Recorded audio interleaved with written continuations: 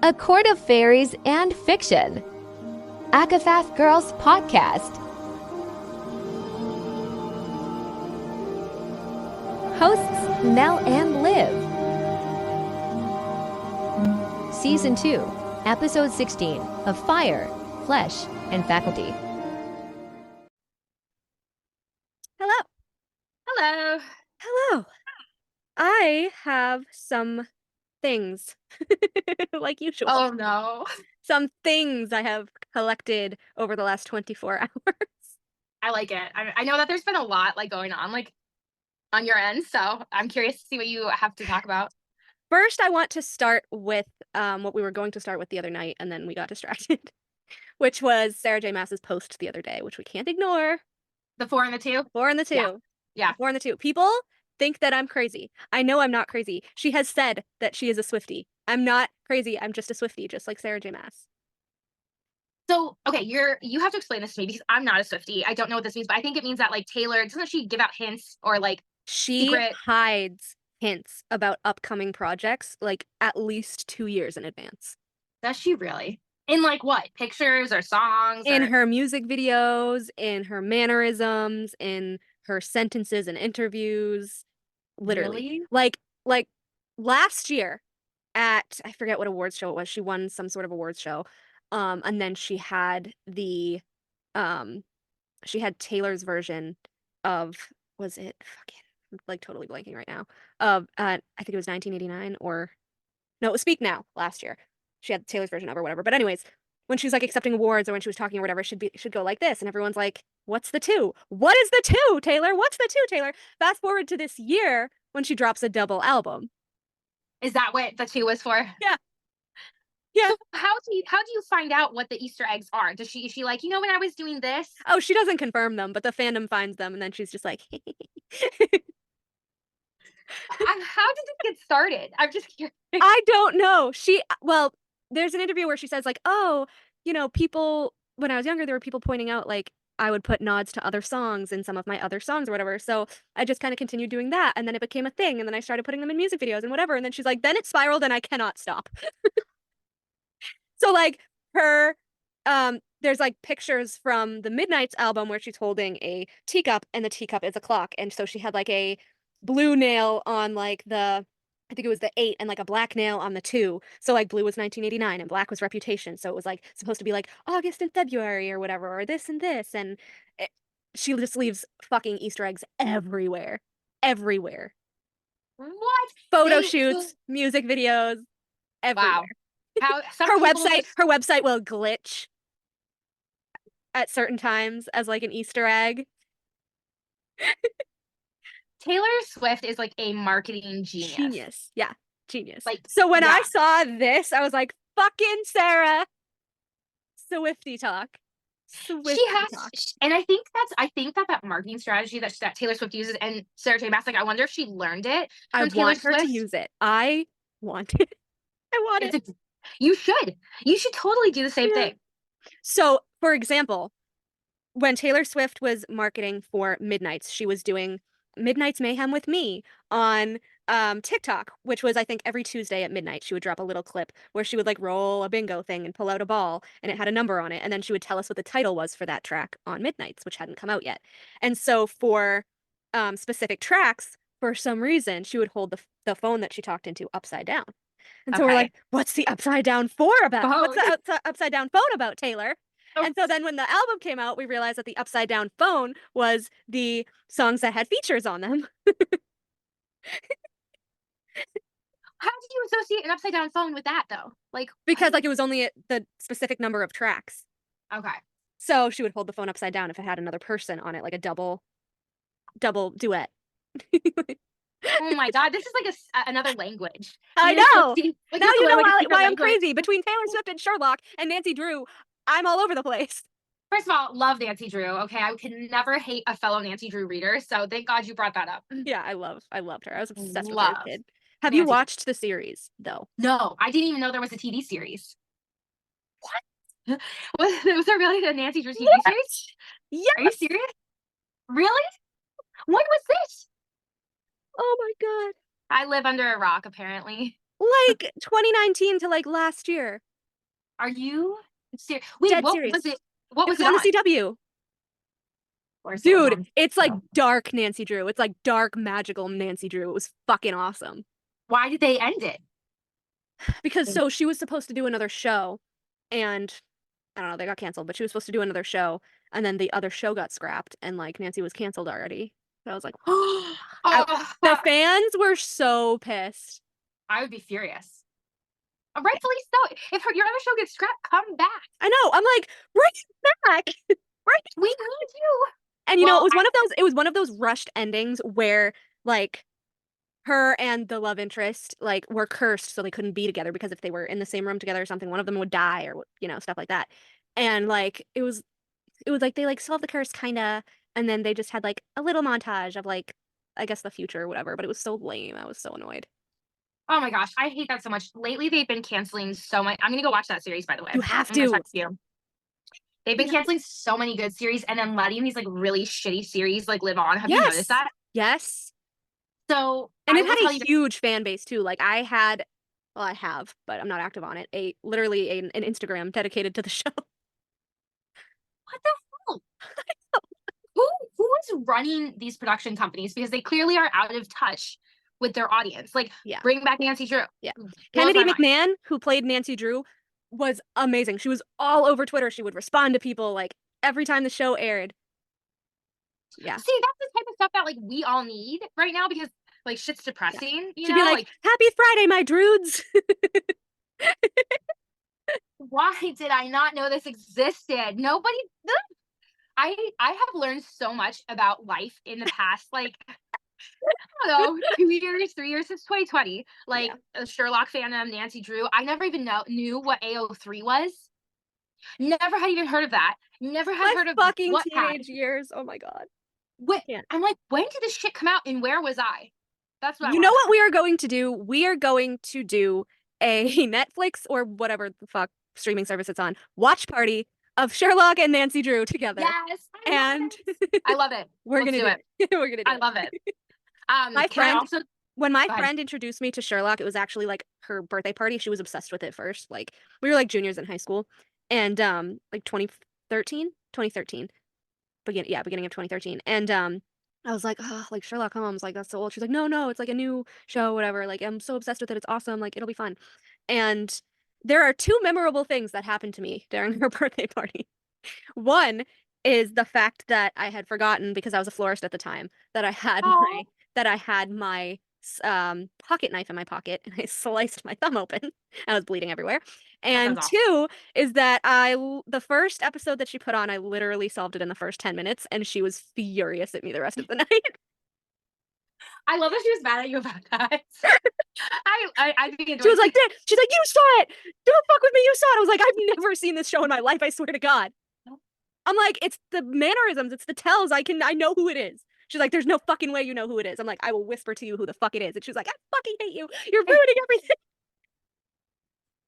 So you just have this like natural knack at picking up on storyline and plot and foreshadowing. So we've all seen it. Yeah. Apparently. Yeah.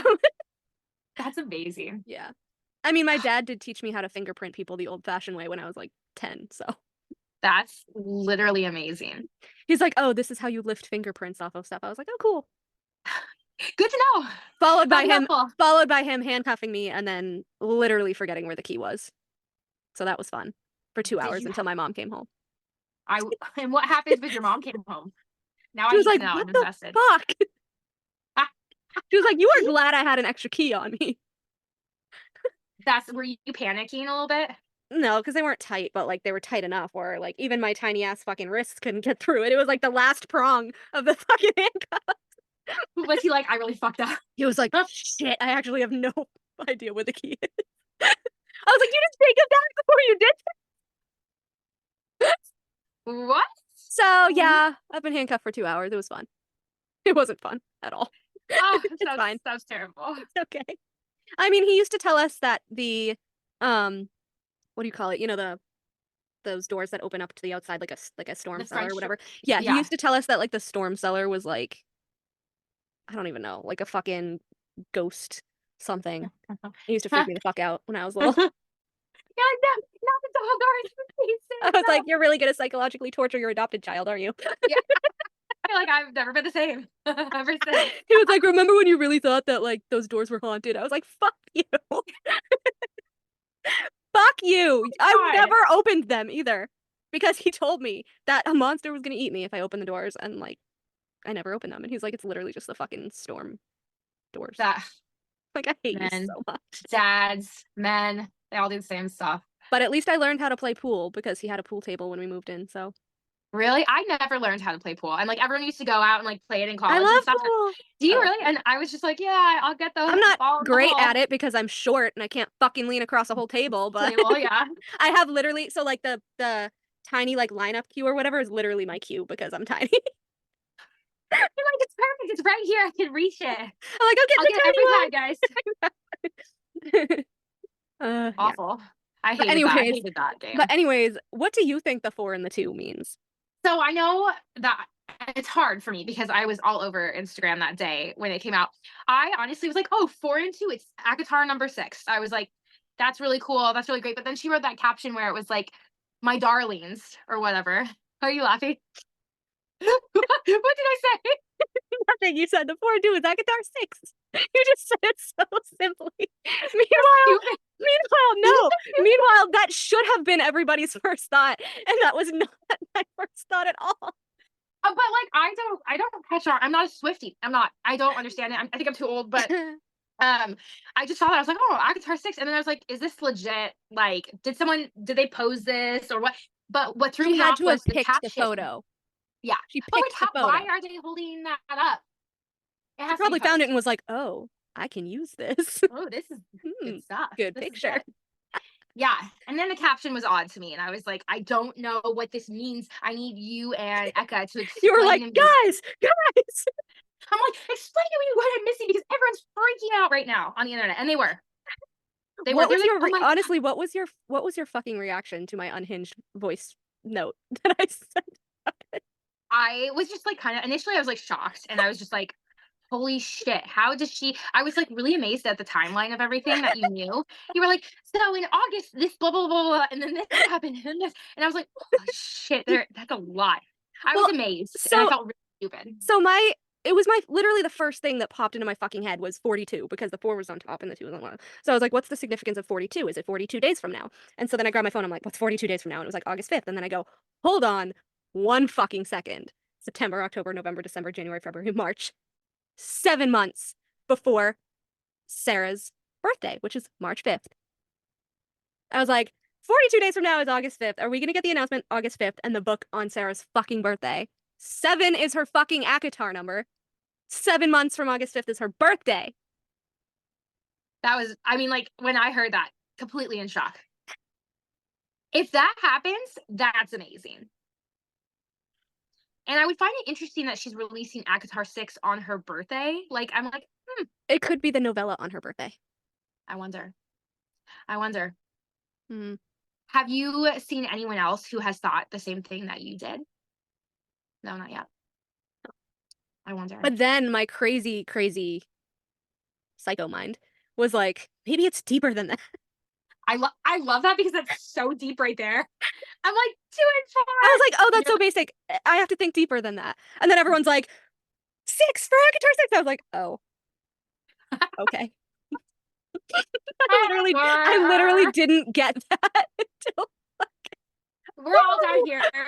We're all down here, Melody, and you are like way up here. I'm like, I was telling my husband, I think I was telling him, or I forget who I was talking to. I was like, Melanie is so smart. Oh my God. She really, like, I mean, she needs to be like tested for like mental. You can cut this out, but like, I mean, I'm like, the stuff that you say and the connections you make from like reading books, I'm like, oh my God, I didn't even like register with me. I have more tonight. I have more that I found. But anyways, I was like, oh, it has to be deeper than that before I saw everyone's like ACOTAR 6. But I was like, oh shit, maybe it's not. But my next thought was, okay, 4.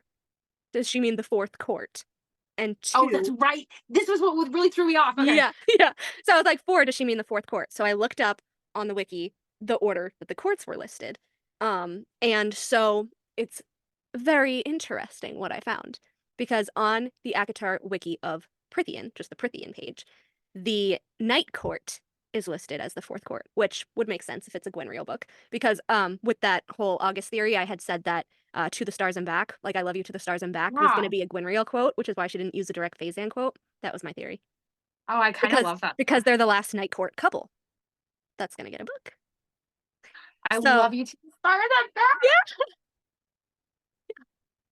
Because Gwen's like was like looking up at the stars, and then like Azriel was looking up at the stars, and then like they met in the training ring at night under the stars. Oh my god. They're both like kind of religious, yeah. But anyways, that was my thought on that. But I was like, okay, so the fourth court is the Night Court. And then like right above that on Google was Audible's listing of information on Prythian from the audiobooks. Audible, the actual website. And the Spring Court is listed as the fourth court on Audible. So I was thinking, okay, so 4 and 2, the fourth court is 2 different courts, the Night Court and the Spring Court.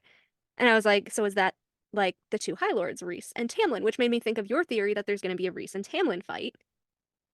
I'm convinced there's going to be a Rhys and Tamlin fight. Yeah. So I was like, is this a nod to Night Court versus Spring Court something and the 2 High Lords? I would love that.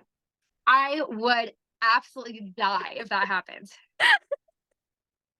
So yeah, those were my little unhinged theories about the 4 and 2. Now it's like, it kills me to have to wait. I know I'm going to be so anxious, like, when the announcement gets made. You won't even know who the ship is, or the couple, when the announcement's made. You know what she's going to do? I bet, because she did this with Acophas, which means she has to do it with the other novella, is she's going to just randomly drop the fill-in-the-blank title for everyone to guess. She did that with Acophas, but only Acophas. So it's going to be a court of blank and blank. Put your guesses here. And then she waits like 2 weeks. And then she finally drops what the title is. So we're literally going to get the title, but then we don't get the summary for like another however many months. Yeah, a long time.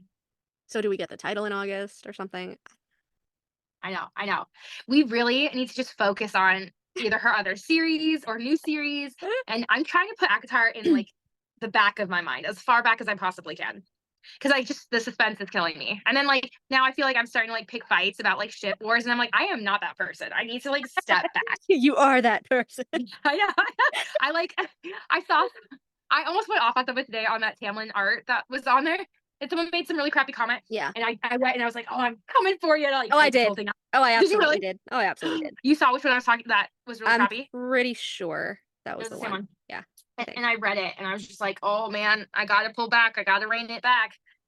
Because it's I love how Screen Rant posted 3 days ago. A Court of Thorns and Roses timeline is still baffling after 5 books. What is the fucking timeline? Nobody knows. Nobody knows. Nobody knows. I am kind of in love with like the whole idea that they are time traveling though, the whole time. I would love that personally. And hate it at the same time. True. Hello, we are back, hopefully continuing what we started last night, sort of. I know. We're all over again. Always. That's just we're our like style. last summer, we're like, we're gonna be so good by next summer. Sorry. Fall. We're pushing it to fall. Things are gonna change. The format's gonna change. We're gonna be solid. Anyways, I did not ask permission if I could name drop him, so I will not name drop him. But I had like the best DM ever yesterday, which I shared with Olivia, and one of the really well-known cosplayers and costume makers in the ACOTAR community that goes to a lot of the balls and everything reached out to me on my reel about Nessie, which just so you know, he plays Cassian a lot of the time. Sometimes he'll play Tamlin, sometimes he'll play other characters. I think I've seen him do like Callius one time.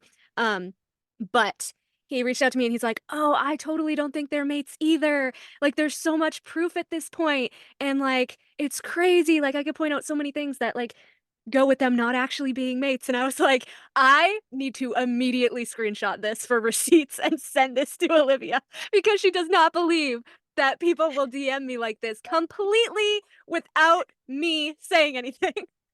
I never did. I was like, you're so full of it. I'm convinced. I've been sending her all of my comments recently.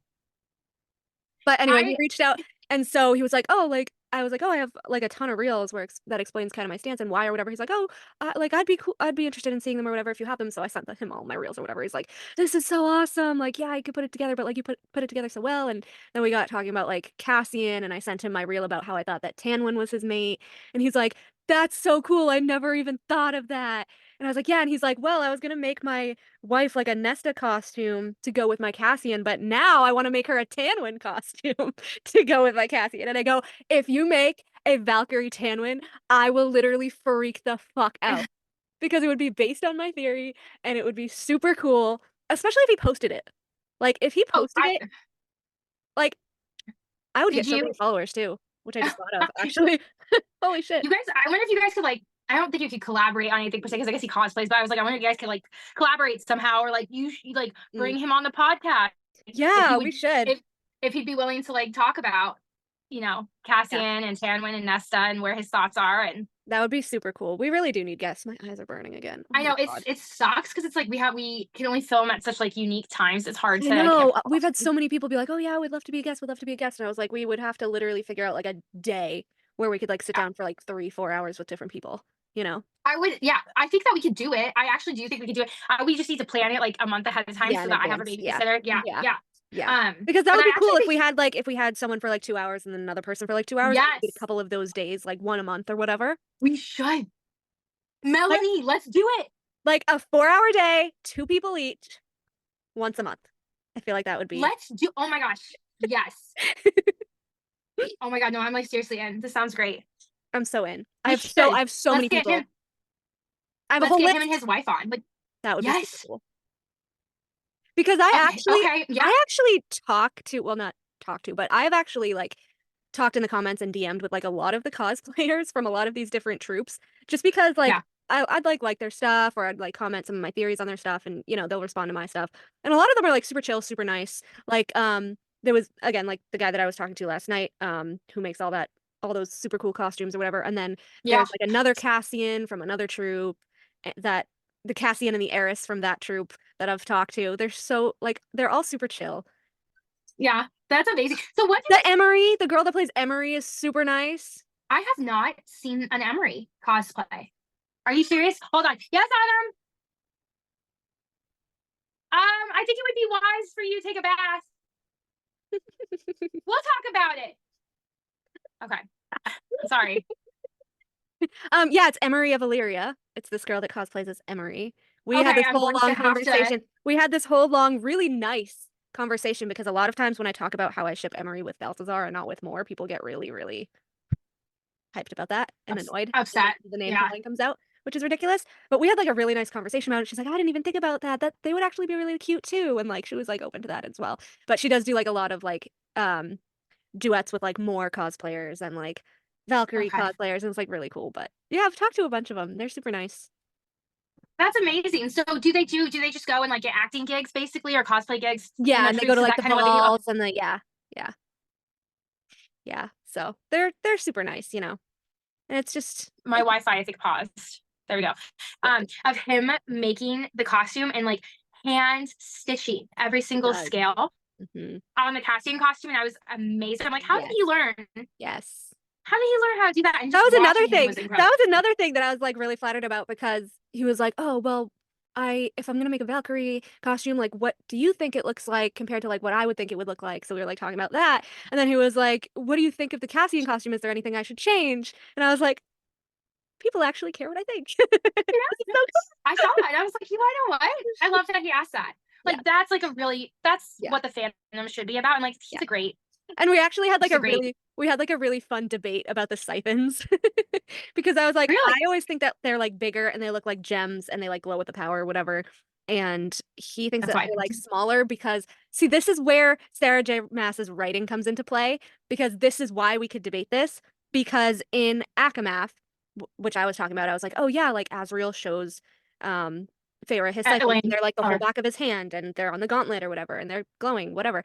And he's like, yeah, but they can't be that big because then she uses one of his as like the circlet when she pretended to be Ianthe. And I was like, I know. And I was pissed during that scene in Aquawar because I was like, there is no way anybody thinks that this siphon is a fucking gem, like a circlet gem. It's fucking huge. So he's like, Yeah, it can't be that yeah. big because nobody noticed. I'm like, it's Yeah. not that tiny. In my mind, it's like like kind of like the size of, Yeah. I don't know. Yeah, like a I duck's wouldn't egg. say it's the size of my palm. Yeah. Yeah, it's like a duck's egg. Yeah. Yeah. It's like, yeah. So like it wouldn't be able to like rest on her fucking forehead. I was so The mad only at that way scene. that I could see, the only way is like, is she able to, does she just need it to have it there and then she can manipulate how it looks to other people? Do you know what I mean? Like with her Maybe, yeah. shape-shifting power? Is it like you just have Perhaps. to have the rough shape of it and then you can like change? I don't know. Maybe. Because he like had them small and he was like, well, they have to be kind of small and then whatever. So like we were debating about that and I was like, freaking Sarah J. Maas. He's like, yeah, it's like the writing because like she's never specific. Yeah, yeah. I know. That's so funny. It's her writing. She just cracks me up.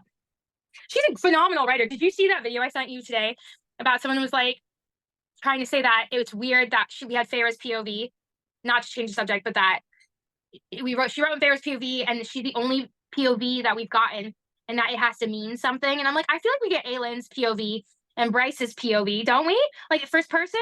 I feel like it was kind of like flashbacks and dreams. Yeah. Yeah.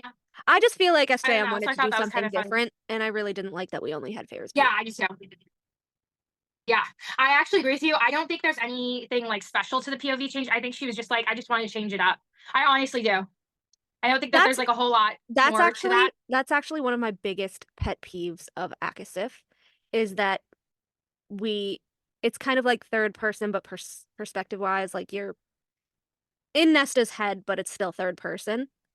Yeah, you do see things from Nesta's. It's really so it's Nesta's point of view, but also outside point of view. But the thing is that bothered me is that when it changes over to Cassian and Cassian's 1 or 2 tiny chapters that he fucking got, it's all completely third person, outside view. Yeah, not in his head. I agree. Something we agree about with Cassian. Holy crap! It's weird. The change was weird. It was glaring.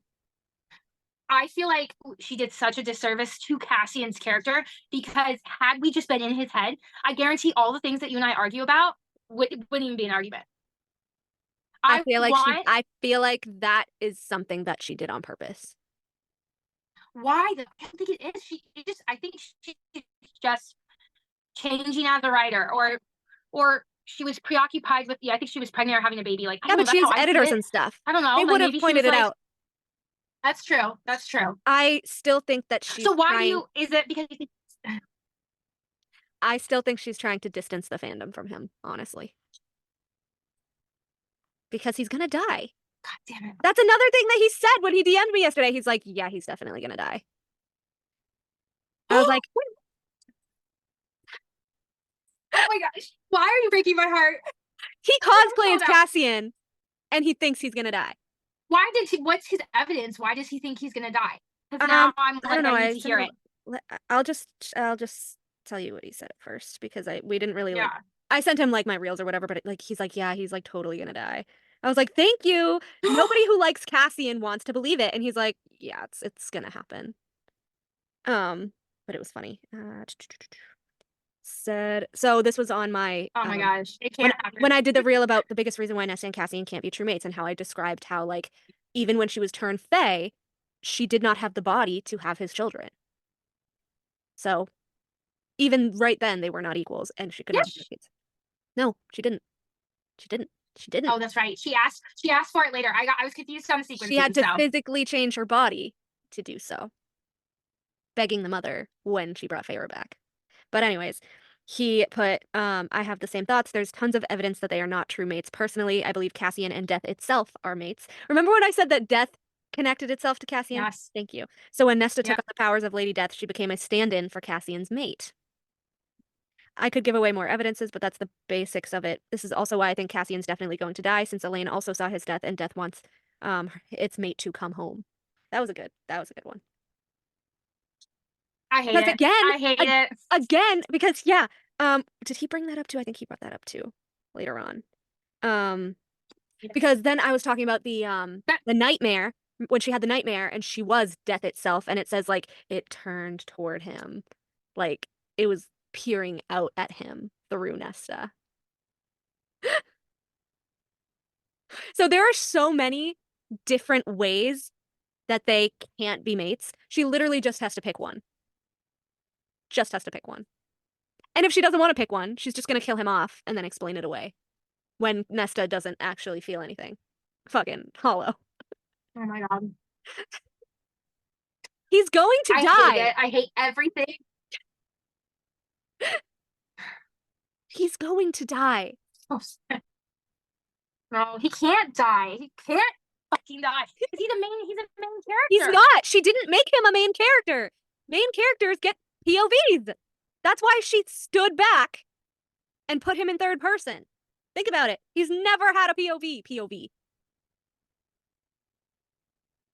Who else hasn't had a POV though? Or who has had a POV? Reese, Sarah, Nesta, right? Sarah, Nesta, Asriel, Moore. When was Azrael's Oh, the bonus chapter.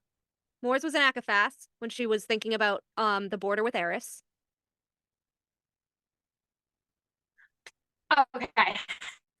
I have to do an entire reread and figure out who has had a POV. Amryn has never had a POV. Yeah, but Amryn died and she became normal. That was her punishment. Becoming normal. And we saw how well she was doing with that in Akasif. Did you see that Sarah Amryn was her favorite ACOTAR female character? She changes every year. Did you see that? No. She always really- says it's Nesta, okay, I thought. No, I watched an interview the other day with her and she was like sitting in her chair with like her cat. Did you see that? That interview? And they asked her, who's your favorite female? And she was like, it's Amryn. Well, that's why she didn't kill her. I feel like well, I'm really maybe I feel like Amryn maybe Amryn will Cassie's die got in a this POV. war too because she doesn't have any powers anymore to protect herself. Cassian got a POV in Wings and Embers. It was Nesta's POV. Because he asks her about Thomas and she said that like she would never tell him. God forbid. No, he has it right here. I'm looking at it. It's right here because I was just reading it. Yeah, but is wasn't it that it's his it wasn't that he was looking for a fight, Cassian told himself. As he circled above the sprawling estate for the 5th time, despite the unseasonable early spring chill, so brutal it could steal the breath from even the most battle-scarred Illyrian warrior. Reese had but that's asked him. But that's he was alone. Like what else is she supposed to do? You can't discredit. Well, Asriel's was a bonus chapter. Hmm. I love Wings Numbers. That's why I have her here. It's just there would be absolutely no reason for her to kill him off. And look at Eris has a POV. I don't think we can count it as that because she's for sure killing Eris. Eris, we all know Eris is dead. No. Yeah. She literally has nobody else to rule the Autumn Court. He's not gonna die. I'm telling you, I mark my words right It's here, not. right now. It's gonna be Gwen. Who's It's gonna be Gwen. It's not gonna be Gwen because Gwen is gonna be in Dusk with the Valkyries. Let's be real. And she's been in the Night No. Court for how many years? There's no way. Yeah, there is. Or there's gonna be some rogue Autumn heir that we don't know about. No, because if she was gonna do that, she would do that with fucking Tamlin. Be real. Be real. She might. We don't know what she's gonna do with Tamlin. You're telling me that she's gonna kill off Tamlin and Eris and give them random fucking heirs that nobody's ever met. Are you for real? I'm telling you, Oh. she's gonna kill one of them off. It's gonna be either Tamlin or Eris. No, And it's fucking Cassian. It's not Cassie. They have 3 other Bat Boys. One of them can die. How dare you? Oh no, they can't die. Yeah. The family Yeah. would be in a riot. I'm- Look at Throne of. I am pulling up that quote that you hate. She's killing off Eris because he's not. She's He's not- main, but he's not main. He's Yeah, he not. is. Yeah, he is. And he's gonna have to be the one to be able to teach Lucian how to be a High Lord because Lucian wasn't trained. Who the fuck else is gonna teach him if Helian's dead? Tamlin. Oh, Tamlin. Tamlin, who SJM says is a bad High Lord. Okay. No, Mm. ma'am. Mm. Here it is. Here's Cassian's POV in Akasif. And you want to know what he says in his POV in Akasif? Oh, I can tell you already have a POV, third person, whatever, to Nesta. If I end my life defending those who need it most, I will consider it a death well spent. Why not just kill him off though when his guts were hanging out of his body? Because it has to be more epic than that. Because Elaine says, no, it will not take getting your wings shredded or anything. I think Elaine has no idea what's going After on. so many brushes with death, it was only a matter of time until it stuck. Ba-bing. 2 strikes. Also, if Tanwyn is in fact dead, he said that she would laugh at death and embrace life. Yep. I don't deny that there's like a lot of foreshadowing to his death, but A know. lot. There's a lot. There's another one too. I do like that one. my understanding of it is though is that when Nesta became his mate, it protected Cassian from death, She is death and she's protecting him from it. until she can't. But she's death, so she controls it. So No, he doesn't. well, Yeah, she doesn't control it. She can reanimate things, but they have to already be dead. Like she can fucking turn them into zombies, like we saw in the bog, into the skeleton that the worm ate, but they have to already be dead. The only way she could stop death, she's giving life. Like no, she can only do that with the trove. And we see that that takes a shit ton of power. And so if you use the trove, I'm assuming it takes a while to like gain your power back. Yeah. My guess is that they're going to have to use the trove for this war, and then Cassian's going to die, and she's not going to be able to use it to bring him back. I think that since he's made it with Nesta, he's safe. She's gonna protect him from death. Yeah, but that would be like, oh, well, then her sisters are always safe because she's death, and her friends are always safe because she's death, and that's just not true. I don't see her killing Emery or Gwen. I mean, she might kill Emery off, possibly. I hope not. Emery might be killed. That sucks. That sucks a lot. Because I will say this, like I said, I don't agree with you in my heart because I don't want him to die. But like when I was reading Assassin's Blade, I was like, wow, there's like a lot of foreshadowing that I didn't pick up on until later about Sam Cortland's death. You know, she like wrote it over and over and over again. That's what I'm saying. And it starts in Akamath in the cauldron scene, and then it continues in Akasif. There's another one. There's another one with Helion where he's like, "Oh, do we actually help the humans?" And he's like, "Yeah, like I would go to my death to defend them or whatever the fuck he says." I swear to God, if he dies off, he's going to get killed. Because that's how Nesta's going to move to Dusk. She's not going to move to Dusk unless Cassian's with her. Cassian's not going to do it because he's fully loyal to Rhys, and she's not going to put him through that decision of choosing Nesta or Rhys that big. In terms of moving away from Rhys, she wouldn't do that, so she's just gonna kill him. They looked at the king with death twining around his hands, looking down at Cassian. And also, just like the one in Aka War right after that, with the Highburn commander, Amren shattered through that Highburn commander who was poised to strike Helion that death blow. Helion, Cassian. So Helion has foreshadowing too of dying, huh? Mm-hmm. Yep. That silver fire, that's the sense of death looming, the raw power he witnessed as it blasted into the King of Highburn. Death hovering close like a crow awaiting carrion. And then Eris, some say that Koshi is death itself. Vasa, they call him Koshi the Deathless, for he has no death awaiting him. I know that you are not interested in the Koshi storyline, but he intrigues me. Why does he intrigue you? I find him very boring the way that he's been described. Because they said like, oh, he's so terrible and deathless like Lanthus, but we know that Lanthus wasn't deathless because Nesta killed him with her maid sword. So like, is she going to play it like the actual myth where he hides his soul and that's why he's actually deathless? Yeah, that's what I'm wondering too. How is she going to play this? I thought of something I want to ask like some of the listeners or some of the readers is how interested are they in the Koshi plotline? Like I want to see if other people are kind of like disinterested in it, like I am. I think it's going to be a Kingdom of Ash style war, not in terms of multiple POVs, but in terms of like how big it is. Because when I went over that quote from Moore the other night, like I forgot about that. Like they're not signing the treaty. They're all going to want perks from Koshi. I feel like they're fucked. It's going to be a huge ass war. There's going to be a lot of deaths. It's definitely going to be Cassian. It's definitely going to be Helion. It's Vasa or Jurian, because somebody has to rule the Mortal Lands. I would say Vasa just because she's connected to him, sadly. But if Jurian's a betrayal, perhaps. Maybe Lady A. Or Vasa Jurian. Yeah. Maybe Lady A. Vasa Jurian, kind of a couple. Yeah, if they're a couple. They'll go together into the war, like, Yeah. I don't see any of the High Lords except Baron dying and Helion. Because again, they have Eris and Lucian. They already have heirs. The only two with heirs are going to be killed, which is Baron and Helion. I could see I think I hate to say it, but like Tamlin's 50-50, maybe Thiessen, because Thiessen, she has not built him up at all. No, but he is the token gay man, so she is not going to kill him off. Please, there Yeah. would be riots. Is there a She actually might kill off his lover, though. I could see that. I could see her killing off his boyfriend when they go to war. That Yeah. sucks. Poor Thiessen, Yeah. though. I don't know. So are you thinking we're gonna get it's like a Kingdom of Ash, but also kind of like a Marvel war? Yeah, basically, there's going where- to be a ton of deaths, but it's not going to be anybody like super, super needed in next books. So like that's why I don't think Tamlin's going to die. Yeah.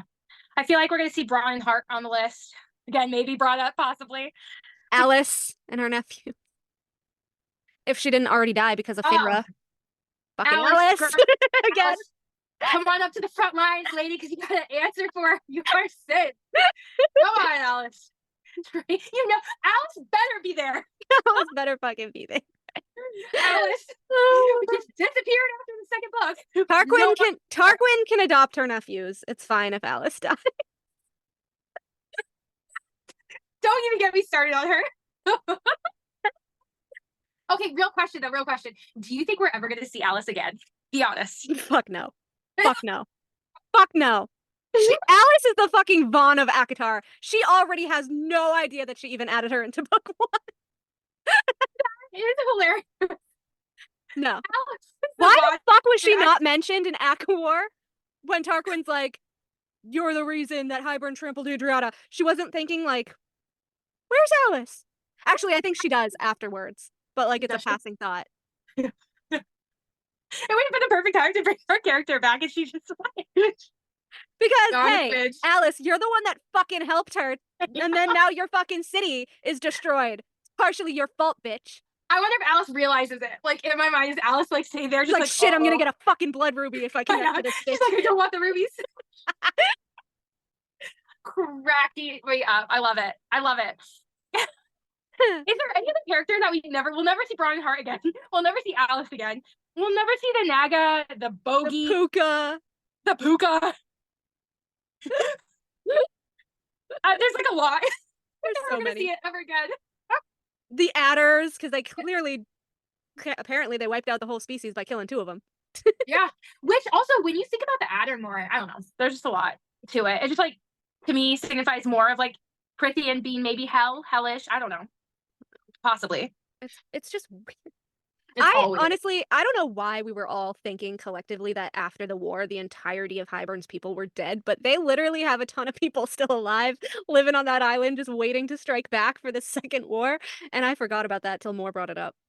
Well, okay, so here's why I think we all collectively thought that is because it never said like afterwards what happened to his people. Like she could have been like, we rounded up all of Hybern's people. Or like they retreated back to their island. Yeah.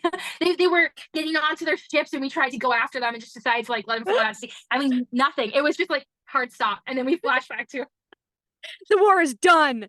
Feyre's already sucking off Reese. Move on.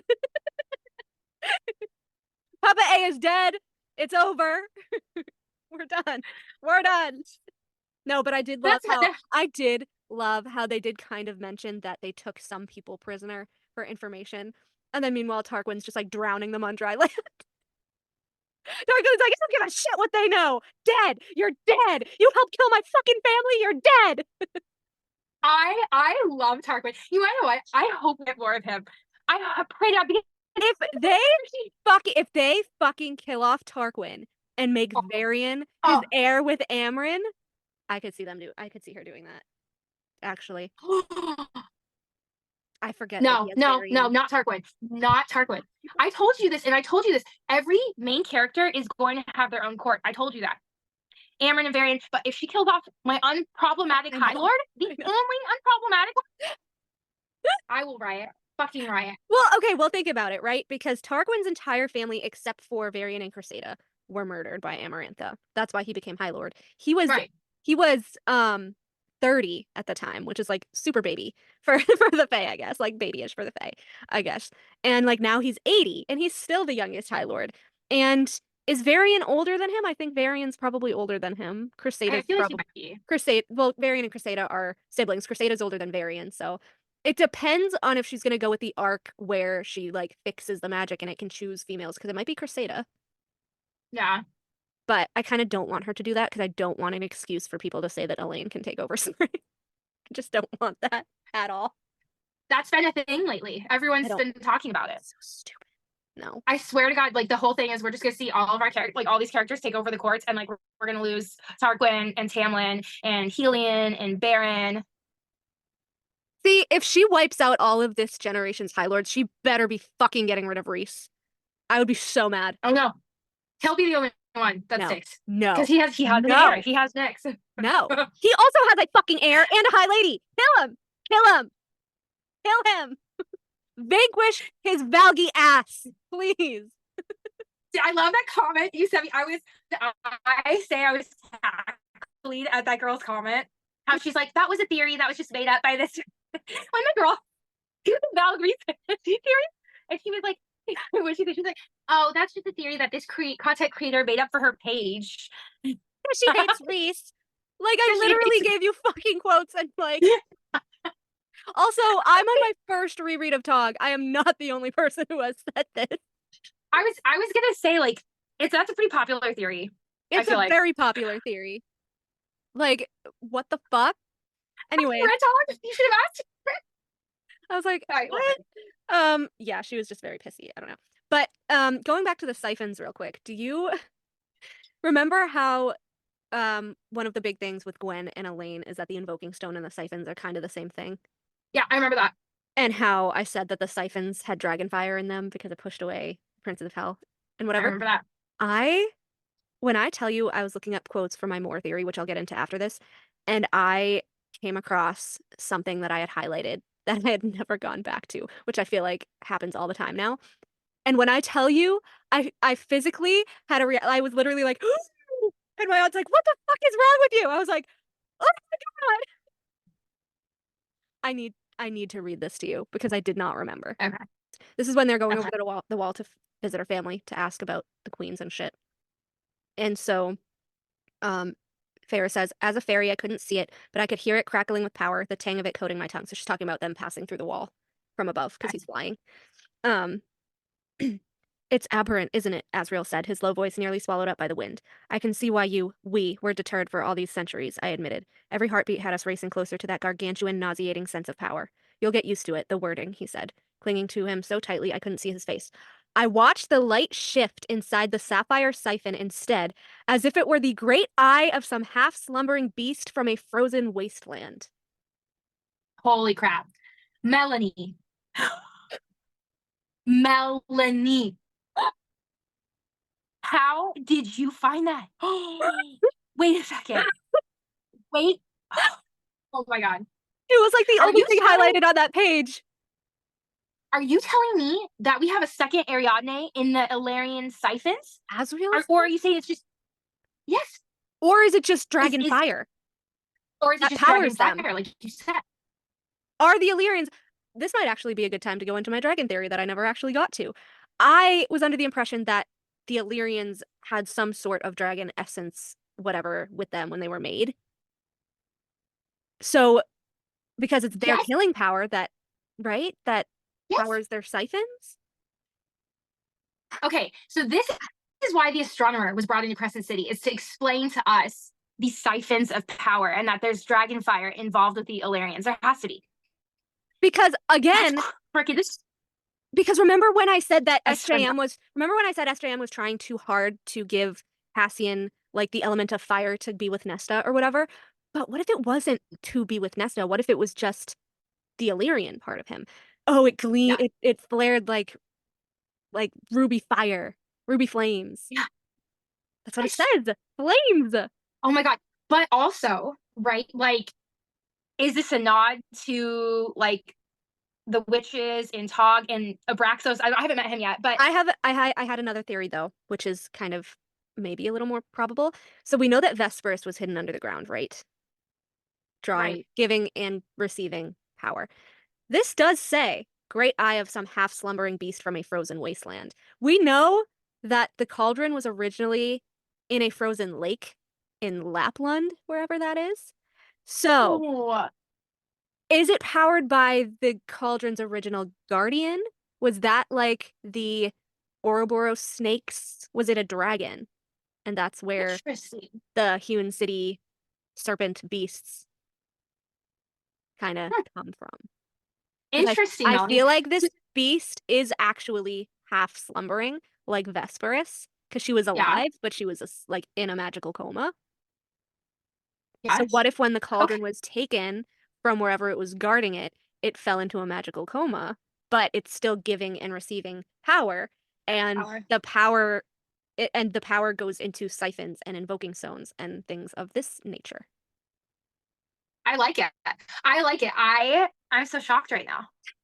I don't know. I kind of, but I also have like these other thoughts in my head because we've explored every mountain on the mountain but one, right? And we haven't explored the middle yet. Well, So so is under it the crazy that I kind of want there to be? under the mountain is the middle. It's in the middle.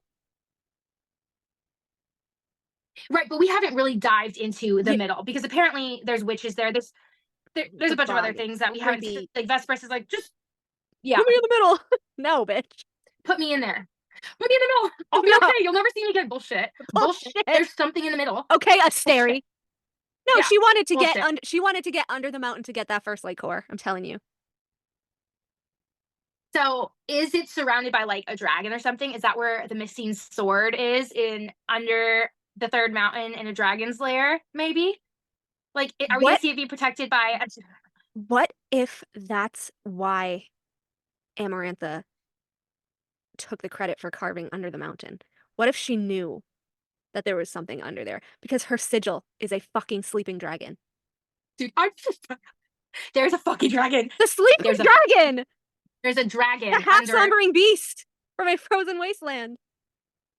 She had a Yeah. fucking dragon. She had the worm. She had the adders. Where's the fucking dragon? Was it guarding the Spring Court people that were forced to eat each other? Do they know shit? Is this gonna come up in the Spring Court book? I would freaking love that. First of all, I would just love for there to be a dragon in Akatar because I just see it happening. Like, and also, where did Ariadne go? Can someone tell me? Where did Well, she go? she pops up at the end of CC3. Oh, she does. Yeah. But she got sold. Do we know who she gets sold to? So that's the cliffhanger. So Therian goes to find Sathya because Sathya went to free Colin, and he's like walking through the market toward the Viper Queens, whatever. And like he walks down an alley or whatever, and she's like, what the fuck does she say to him? She's like, hello, fish, or whatever the fuck she calls him. And he like turns around and he's like, Ariadne. And then like that's where it stopped. So I think Like, where were you? Dragon. Yeah. Yeah, So- Ariadne. But she And also go ahead. the way that she says she misses writing Amarantha, I feel like we're gonna get Amarantha dragon, some sort of flashbacks. Okay. Also, what was I just gonna say? It was so fucking good. We were talking about Ariadne popping up at the end. What else were we saying about the dragons? Okay, dragons were mentioned at the end of something, and I'm trying to remember. I just lost my. It was so relevant. Ember was talking about the Illyrian the dragon wings. They had dragon wings. Yes. How And the we were fuck like, does "How Ember Ember know? Again, Ember But fucking also- Quinlan. But also more evidence that the Illyrians might be also like kind of a part of the dragons, have some dragon fire in them, because she thinks they're dragon wings. They look like dragon wings. All right, I'll do my dragon theory instead of my more theory real quick because I need to fucking, now that we're fucking talking about it, I don't think you've gotten far enough in Tog about the wyverns yet. No. But I won't give you any super crazy spoilers, but the wyverns were created by the Valg. Nobody knows how, nobody knows why. Well, they know why. They were trying to, the war and shit. But they were created by the Valg, and the Valg wanted the witches to ride them, which they eventually do. The witches each bond with a wyvern. And they're basically just, I think they're like two-legged dragons, as far as I know. There's like a difference between dragons and wyverns. A wyvern has 2 legs, a dragon has 4 legs. I was gonna say, I think it's so funny. I've always pronounced it wyverns, and now I'm hearing that it's wyverns, and I didn't know that. Wyvern, okay. So, interestingly enough, there's apparently like 6 types of creatures like that in mythology, or there's a bunch of them, different types of dragons. And you know, I just saw this online. Worms are one of them. Worms are one of Are they them. really? WYRM. Worms are one of what? A type of dragon. Are you fucking kidding me? Oh, No-legged dragon. oh my It's a no-legged gosh. dragon. Yep. Yep. A worm, a wyvern, a dragon, a drake, an amphitheater, which flies again, and a lindworm. But the most popular 4 are wyvern, dragon, drake, and worm. Are you And she kidding? spelled it W. W-Y, Yep. right? Yep. Yep. WYR. Are you fucking kidding me, Sarah J. Maas? It's the type of dragon. I love how it's all coming together. This bitch. Why does Amarantha have a sleeping dragon sigil? Hello. I bet you this is gonna be like a big reveal, either probably not in the next book, but like down the road. This is why she's bringing back book 1, because she wants more Amarantha shit. She's like, I gotta delve back into Amarantha. She's like, I miss Amarantha. Let's bring some dragons back in. Let's bring the worms in. Okay, I am going to get absolutely fucking filleted alive for making this comment. Don't do it. Don't do it. No, I'm gonna do it. I'm gonna do it because I have to. But the theory that Maeve and Connell had a child who basically world walked, bred with the Starborn, and that's Rhys's father's line, right? What if, oh my God, they're gonna hate me. What if Amarantha secretly had Rhys's child? No. She wouldn't do that. That is almost like blasphemous. I can't even think about that. There's no way. Because, well, just think No. about it. How fucking cool would it be if we get down the line, which I know we probably won't, and I know it probably won't happen, but it would be really cool if we got down the line, like you want a second generation book or whatever, and they're like, Oh, I want it. oh, Nyx is the heir, Nyx is the heir, Nyx is the heir, and someone can rival Nyx as the heir, and he's like, I'm yo kid, and Faris is like, what the fuck are you talking about? He's like, I'm your child, bitch. Black eyes and all. I love it. We have to keep some of these things for us for when we're writing our own books. Oh no, but that would be amazing. But there's no way Amarantha had his kid. No, probably not. I literally started this with bonus chapter. Ember says Illyrians have dragon wings, so I said that I think Illyrians are wyverns crossbred with Fae with some Asteri / Valg essence. I said that dragons did exist in Tog at one point because Rowan compares Aelin to a dragon because of her fire powers. I said, what if, since in Tog all of the Fae were supposed to have animal forms, I said, what if Brannon's shifter form was a dragon? Because we it was never a dragon. we never find out what his shifter form was. And also, I think it's interesting that Aelin wore a dragon dress, right? So we see dragons being brought up. Yeah. So I said wyverns were created by the Valg / Asteri. I think it was dragon DNA crossbred with Ilkin, and therefore they came out differently with 2 legs instead of 4. And then I said the Asteri created the Illyrians, as we know from Vesperus. We know that they stole their experimentation methods from Hell, since Hell used their essence and others' blood / DNA to make the Crystallos and Hunt. And the Fate ears were bred out by the Asteri. I said, I believe that the crossbred wyverns were then crossbred with Fae to create Illyrians. DNA is odd, so some may have more traits of a dragon / wyvern, and some may have the traits of an Ilkin, which is rare, aka shadow singers. Shadow singers. You haven't gotten you don't know what the Ilkin are, right? No, so the I don't Ilkin, know what the Ilkin. So the Ilkin were created by Erewhon using the word keys. The Ilkin were basically evil. They enjoyed tormenting others and causing death, destruction, and mayhem. They're huge creatures, approximately 8 feet tall, standing on their back legs. They have demonic black eyes, sharp claws, jagged teeth. Their skin is mottled blue, so dark it's almost black. They have long, lightly muscled limbs that have been ruthlessly crafted and honed. They have 5-fingered hands with long flesh-shredding claws, which also reminds me of Rhys. They walk on their hind legs and bend backward. After further experimentation by Erewhon, Ilkin now have wings. They have the ability to fly, are extremely skilled in both combat and murder. They lack the characteristic Valg abilities of umbrokinesis and psychic manipulation. Venomous claws. But anyways, yeah, they're basically like demonic, creepy, whatever. So yeah. That was that. Some may have the traits of an Ilkin. Like I said, Reese, perhaps if he's not actually Valg, he could be part Ilkin. Hmm.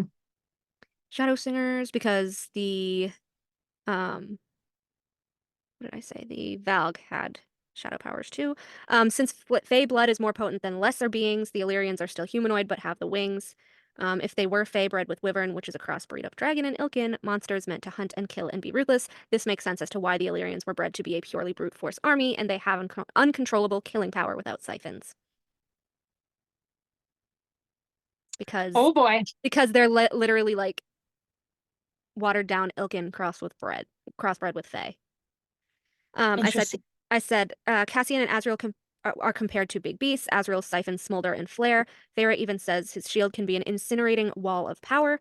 Cassian's siphons also flare like ruby flame, burn like ruby flame. His scent is also crackling embers. Remember? I just was thinking about that. There is a reason the Illyrian armor is scaled, which we also see in Crescent City. The Asteri armor is scaled. Thera says that the overlapping scales of them, full of shadows, make them look like some great writhing beast. Hewn City beast! Which leads me to believe that the Asteri had a hand in creating Hewn City, as it had great scaled beasts on the pillars as well as on Rhysand's throne. These could be wyverns or dragons as well. Perhaps it was once used to hold the uncontrollable Illyrians before it became a place for all of the unruly Night Court Fae. In keeping to my theory that Amarantha was like Vesperus, a lower level Asteri, this would now make sense why her signet was a sleeping dragon, and why she took Rhys as her lover, their creation literally made to serve the Asteri, and he was the only Illyrian under the mountain. As far as we know. Yeah, well, he made it that way. Yeah. He made it that way. Purposefully. Well, no. Hewn City. Oh yeah, Illyrian. You're right. Hewn City's words there. So yeah, that would be crazy. Yeah. Right? Yeah, so that would be crazy. I don't know why it never stood out to me. All of the different hints of dragons in ACOTAR, it never crossed my mind. But when you go back and think about it, their great writhing armor, beast, half slumbering beast, fucking the great the eye in a vast wasteland, their scales. So the Ilkin are literally just dark blue versions of like the Adder and the Naga. Yeah, Ilkin sound like the Naga. Yeah, exactly. Interesting. Crazy. But so I'm so excited now. It has to be what Brandon's shifter form was. Come on. Aelin wearing a dragon and shit. I mean, there's some singling there. And then Lydia, who has the fire magic, naming her son Brandon. What? And then we have Ariadne. She brought in a random dragon in Crescent City. Hello. This is gonna be a big thing. And this would also go with the theory of how Rhys is Valg because it was in his father and his mother's line, because it says Ilkin are the only Valg species with the ability to fly. But Ilkin themselves did not have like Daemati powers or shadow powers. So they had to have been bred with something else. Interesting. Aelin killed 500 of them with one blast of fire, proving that they are weak against fire. Why the fuck did Azrael's brothers want to burn him so badly? Perhaps they thought that Azrael was the Valg, and it's really Rhys.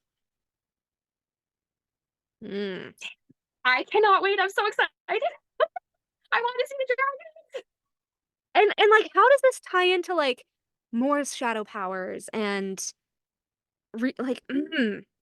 how is she gonna write this? How crazy would it be? I know.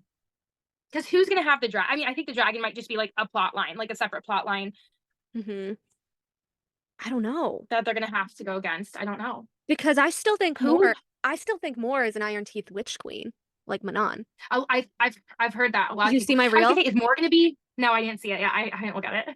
Because I was like, oh, it's Tog. I want to tell you, the triple moon, literally in the middle of the phases of the moon of like Ianthe's tattoo, is a symbol of the Morrigan.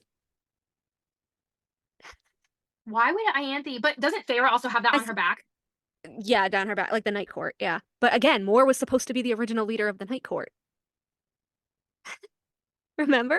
I said where Ianthe's type of priestesses, do they have the phases of the moon on their brow like this in the center because they were the priestesses that like, I don't know, is more like a symbol of the mother, the three-faced goddess? I was just gonna say the Morrigan is the three-faced goddess.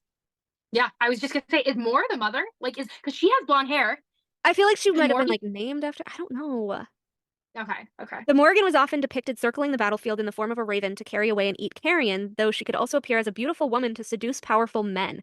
She was a cunning shapeshifter and a terrifying omen of death to the characters of Irish mythology. A shapeshifter? Holy shit. She is mainly associated with war and fate, especially with foretelling doom, death, or victory in battles. In this role, she often appears as a crow/raven. She incites warriors to battle and can help bring about victory over their enemies. More is who I'll call when the Illyrians are dead. Yeah. Yes. So Crows more and has a lot more. Crows and ravens, lunar circles, and snake coils. And, which I have to go back and see if this ever happens. But it says that the Morrigan is sometimes depicted washing the clothes of those who are destined to die.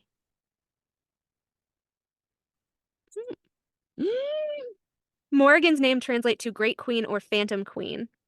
She is also viewed as the triple goddess representing 3 aspects of the same deity, aka the mother. So is she just like the face of the mother? I don't know. Yeah. More, what does she do for you? More is who I'll call in when the armies fail and Cassian and Azrael are both dead. She is my court overseer. She looks after the dynamics between the Court of Nightmares and the Court of Dreams and runs both Valaris and the Hewn City. I suppose in the mortal realm, she might be considered a queen. I forgot that Reese said that. And then, More on her knees beside Cassian, hurtled for the king with a cry of pure wrath. He sent a punch of power to her. She dodged, a knife angled in her hand, and Azrael cried out in pain. She froze, stopped a foot from the throne. Her knife clattered to the floor. The king rose. What a mighty queen you are. More backed away, step by step. What a prize, he said, that black gaze devouring her. More? The And towering, also, go ahead. the towering carved pillars and the scaled beast twined around them, the mighty dais and the throne atop it, and did not balk. One throne, I realized, that mighty throne of twined, scaly beasts. As he beheld Kier waiting beside a golden-haired woman who had to be Moore's mother, sneering at us, promise them nothing, Moore had warned me. I knew better than to ask if she thought her mother would come along. We didn't discuss Moore's mother, ever. And then her mother had banished her from their private quarters, an order that still held. I said, Moore is an Iron-Teeth Witch Queen named after the 3-faced goddess the witches worship, and that her mother must be the matron. Yeah. Matron Blackbeak. Yep. I think that's what it sounds like to me. I'm actually getting more excited for her storyline now that we are reading all of this. Fucking more shapeshifter. Is that why Rigella says a select few? Because we're like, oh, Tamlin and Feyre have raw shapeshifting. Like, who the fuck else has raw shape? Is she a fucking shapeshifter? More. I don't know. Can she shift into a crow? Because they're usually birds. Sounds like it. Is she a She fucking has crow? to be a crow. Is she a fucking crow? She has to be a crow.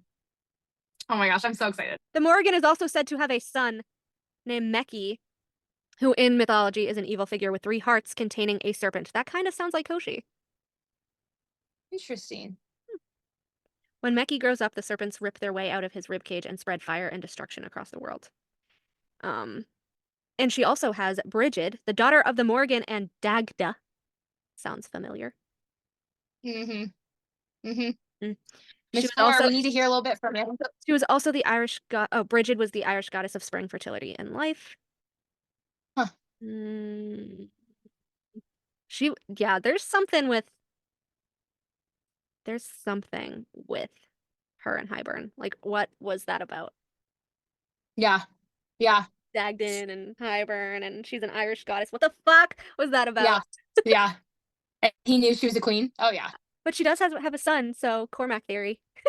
Oh my gosh. And with that, we'll end there.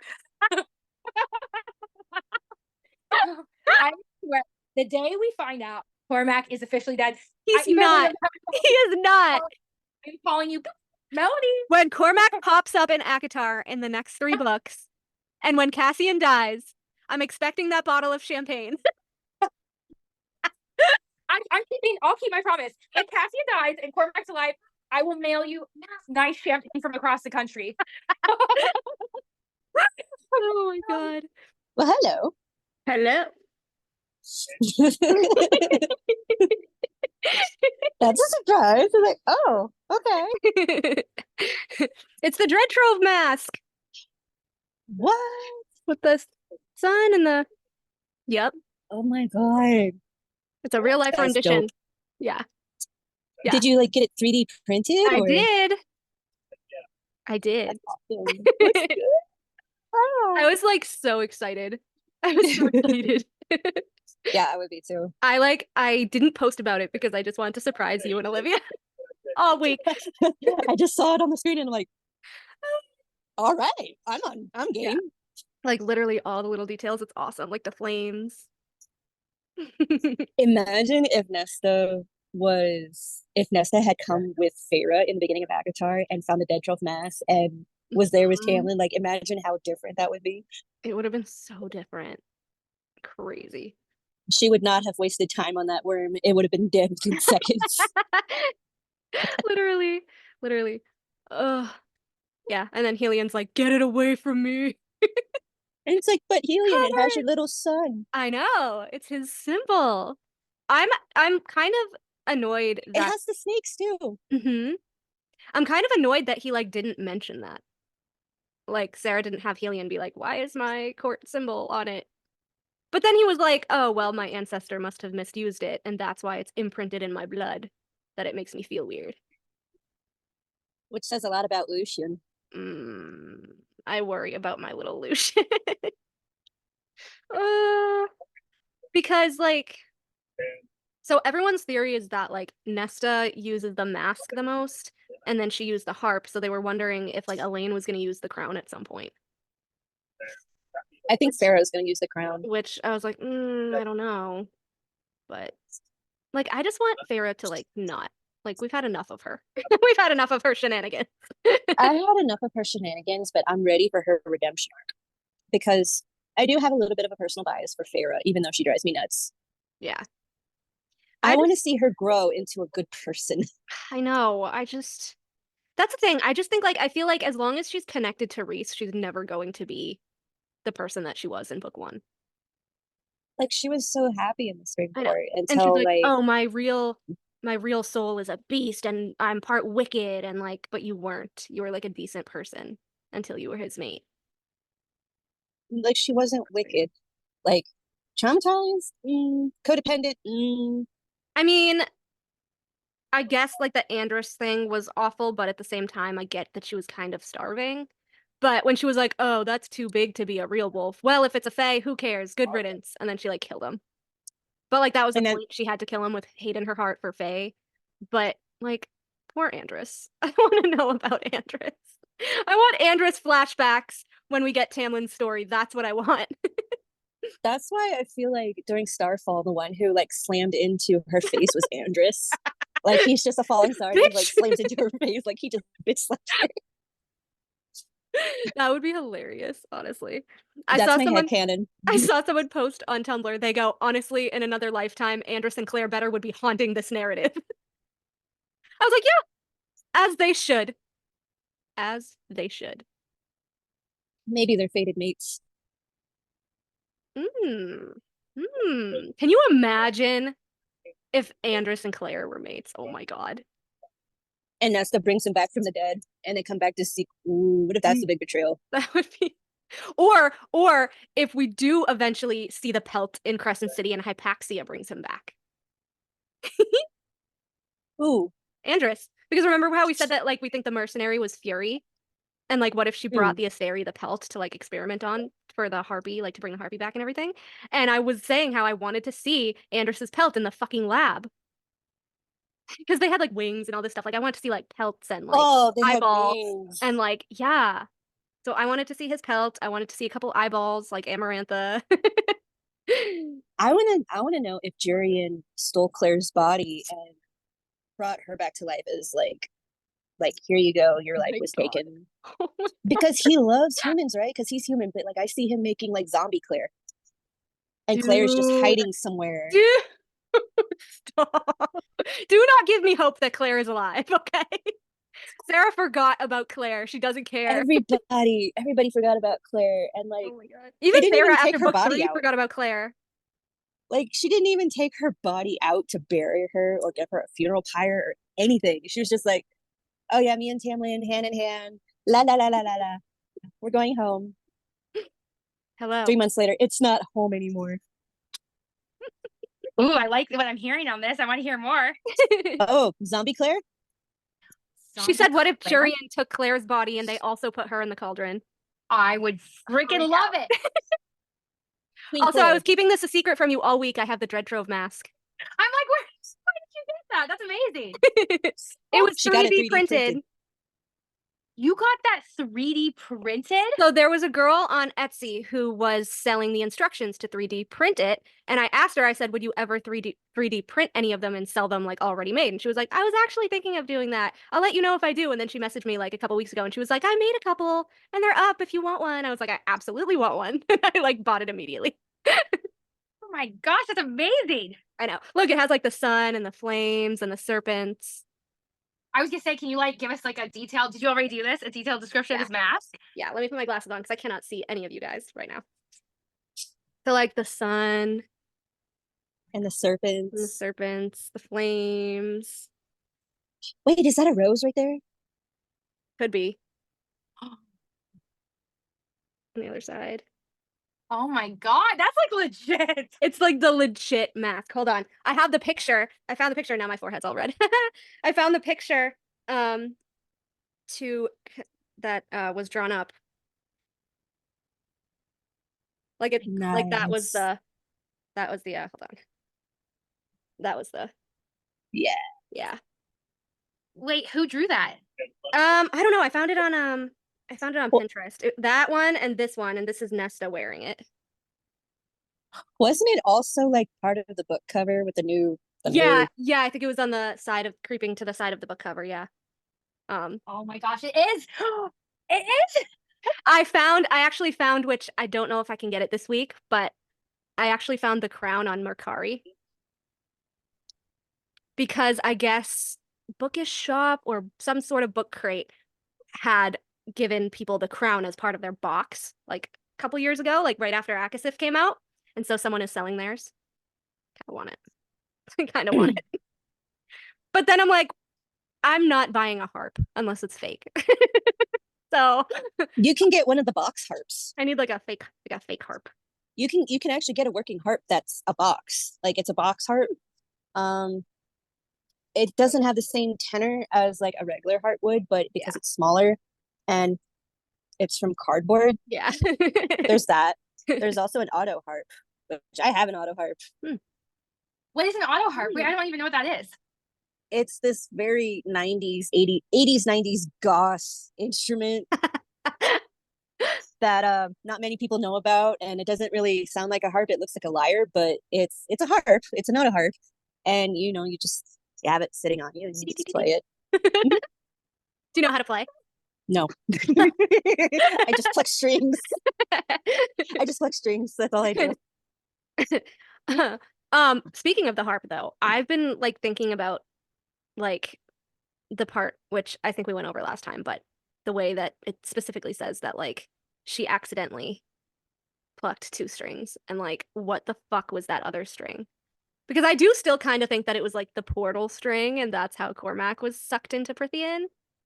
At like kind of concurring at the same time with the blast because like fate and all of that, right? Like the mother.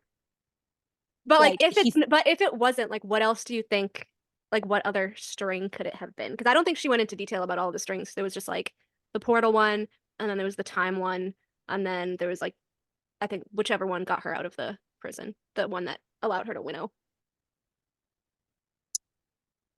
Eka, what do you think?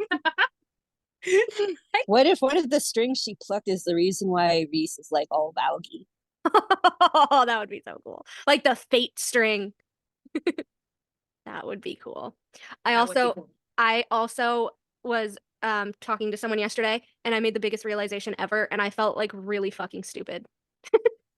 Tell us. We want to know. So We wanna know. Crescent City, the whole First Light issue and how we were talking about the Arcesian amulet and how Jessica was like, well, it's like the original energy source of Lunathian or whatever. And we were like, what the fuck does that mean? What the fuck does that mean? It's a fucking key to restore the planet to how it was before the Asteri came, which means it's going to basically let free whatever powers everything, whatever powered everything before First Light. So you're telling me it's a word key? It's a word key. Yes, exactly. I felt so dumb. God. I was like, Jessica legit told us that the amulet was the answer to the First Light issue, and we're all sitting here like, what does she mean? Wait. So explain to me how. Okay, so the First Light's a prop. I haven't finished. Obviously, I'm like way behind all of you. but it's fine because I already know everything, and I kind of read most of it, like the first time.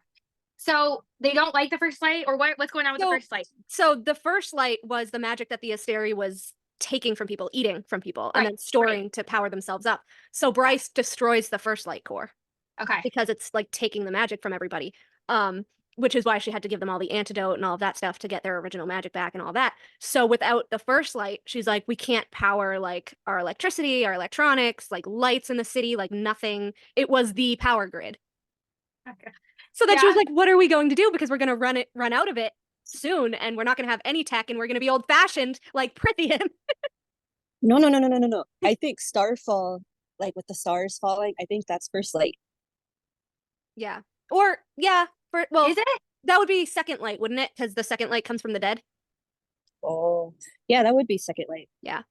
Which is what Highburn was using in the war, because it's purpley instead of white. Well, there was also in Nesta's apartment before they sent her to rehab in the house. Her apartment was lit by Phalite. Yeah. It was. Which I don't know, is Phalite different from First Light? That's the question, because there was really no Asteri, because there's no technology or anything still in Prithian. I think Phalite is just powered by their magic. They can just like, I don't know, little orbs of light. I would assume that it was like just basic fairy magic that they all have. Like, I don't know. That's what I assumed Phalite was. Just like little orbs of light, kind of like light bulbs, but made of magic. Okay. So I gotta ask you, because I'm like super intrigued by this. So if that is a word key, because I obviously am learning about them, what does that mean? Is there someone trapped in the Artesian amulet? Because I haven't gotten to the whole word key thing yet, or like no, but it means that there's something. The gates are still in Crescent City. I don't think they destroyed the gates. I think that I think that there's probably a main gate, and there's probably a place to put the key to restore the planet to how it was pre-Asteri and pre-Fae, when it was just humans and mer people. And because again, the whole thing with like the Asteri and everything was that they always had a plan B. They always had, backups and stuff like this. And then even the cauldron, like you destroy the cauldron, you destroy the world. So I feel like the Archesian amulet, because remember Jessica like did everything in her power to keep it from the Asteri, from hell, from everybody. She didn't want anybody to know that it existed. So I'm thinking that the priestesses of Parthos before the Fae and the Asteri destroyed it did some sort of spell or something to preserve the way that the planet was originally, and they put it into the Archesian amulet, and that's why Jessica's been hiding it, because it's literally a key to like restore the planet to default, kind of. But it's gonna have to go somewhere. Like there's somewhere that the key's gonna have to go into to activate however it was before, because we didn't really get a lot of information about how it was before. We just heard that the Asteri like wanted to destroy the library with all of the books in it. So there had to be something in those books that they wanted destroyed. And Jessica's the only one that got away. Cormac has that knowledge. I know. Cormac has I that know. knowledge. He knows everything. Do we know that for a fact though? Because he had access to the library on the Misty Island. I forget the name of it because it's been so long. Avalon, thank you. The archives. But did he know about Jessica's library? I thought it was just or he's gone to the library in the day court. Maybe. I feel like, well, it's gonna be in Jessica's library, because those are the original books that she saved from Parthos. So God bless Jessica. And then Jessica was like, I need to make these books sentient so they will attack anybody who tries to destroy them. And then she's like, it got a little bit out of hand after a couple years, and they will literally bite back now. Oops, my bad. The spell went a little bit awry. But this is why I didn't want Jessica to die, because Jessica knew all this shit. And like, how did the Book of Breathings get there? Like, did she find it somewhere? Did it come to her for some reason?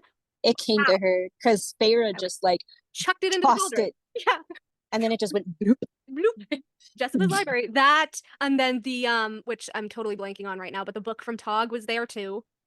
The first book that we see from Tog was there too. Was it like the Nightwalker one, or there was like no, Raising the Dead or something? Yes. Oh yeah. Bring up that Raising the Dead. The Walking Dead. The Walking Dead. The Walking Dead.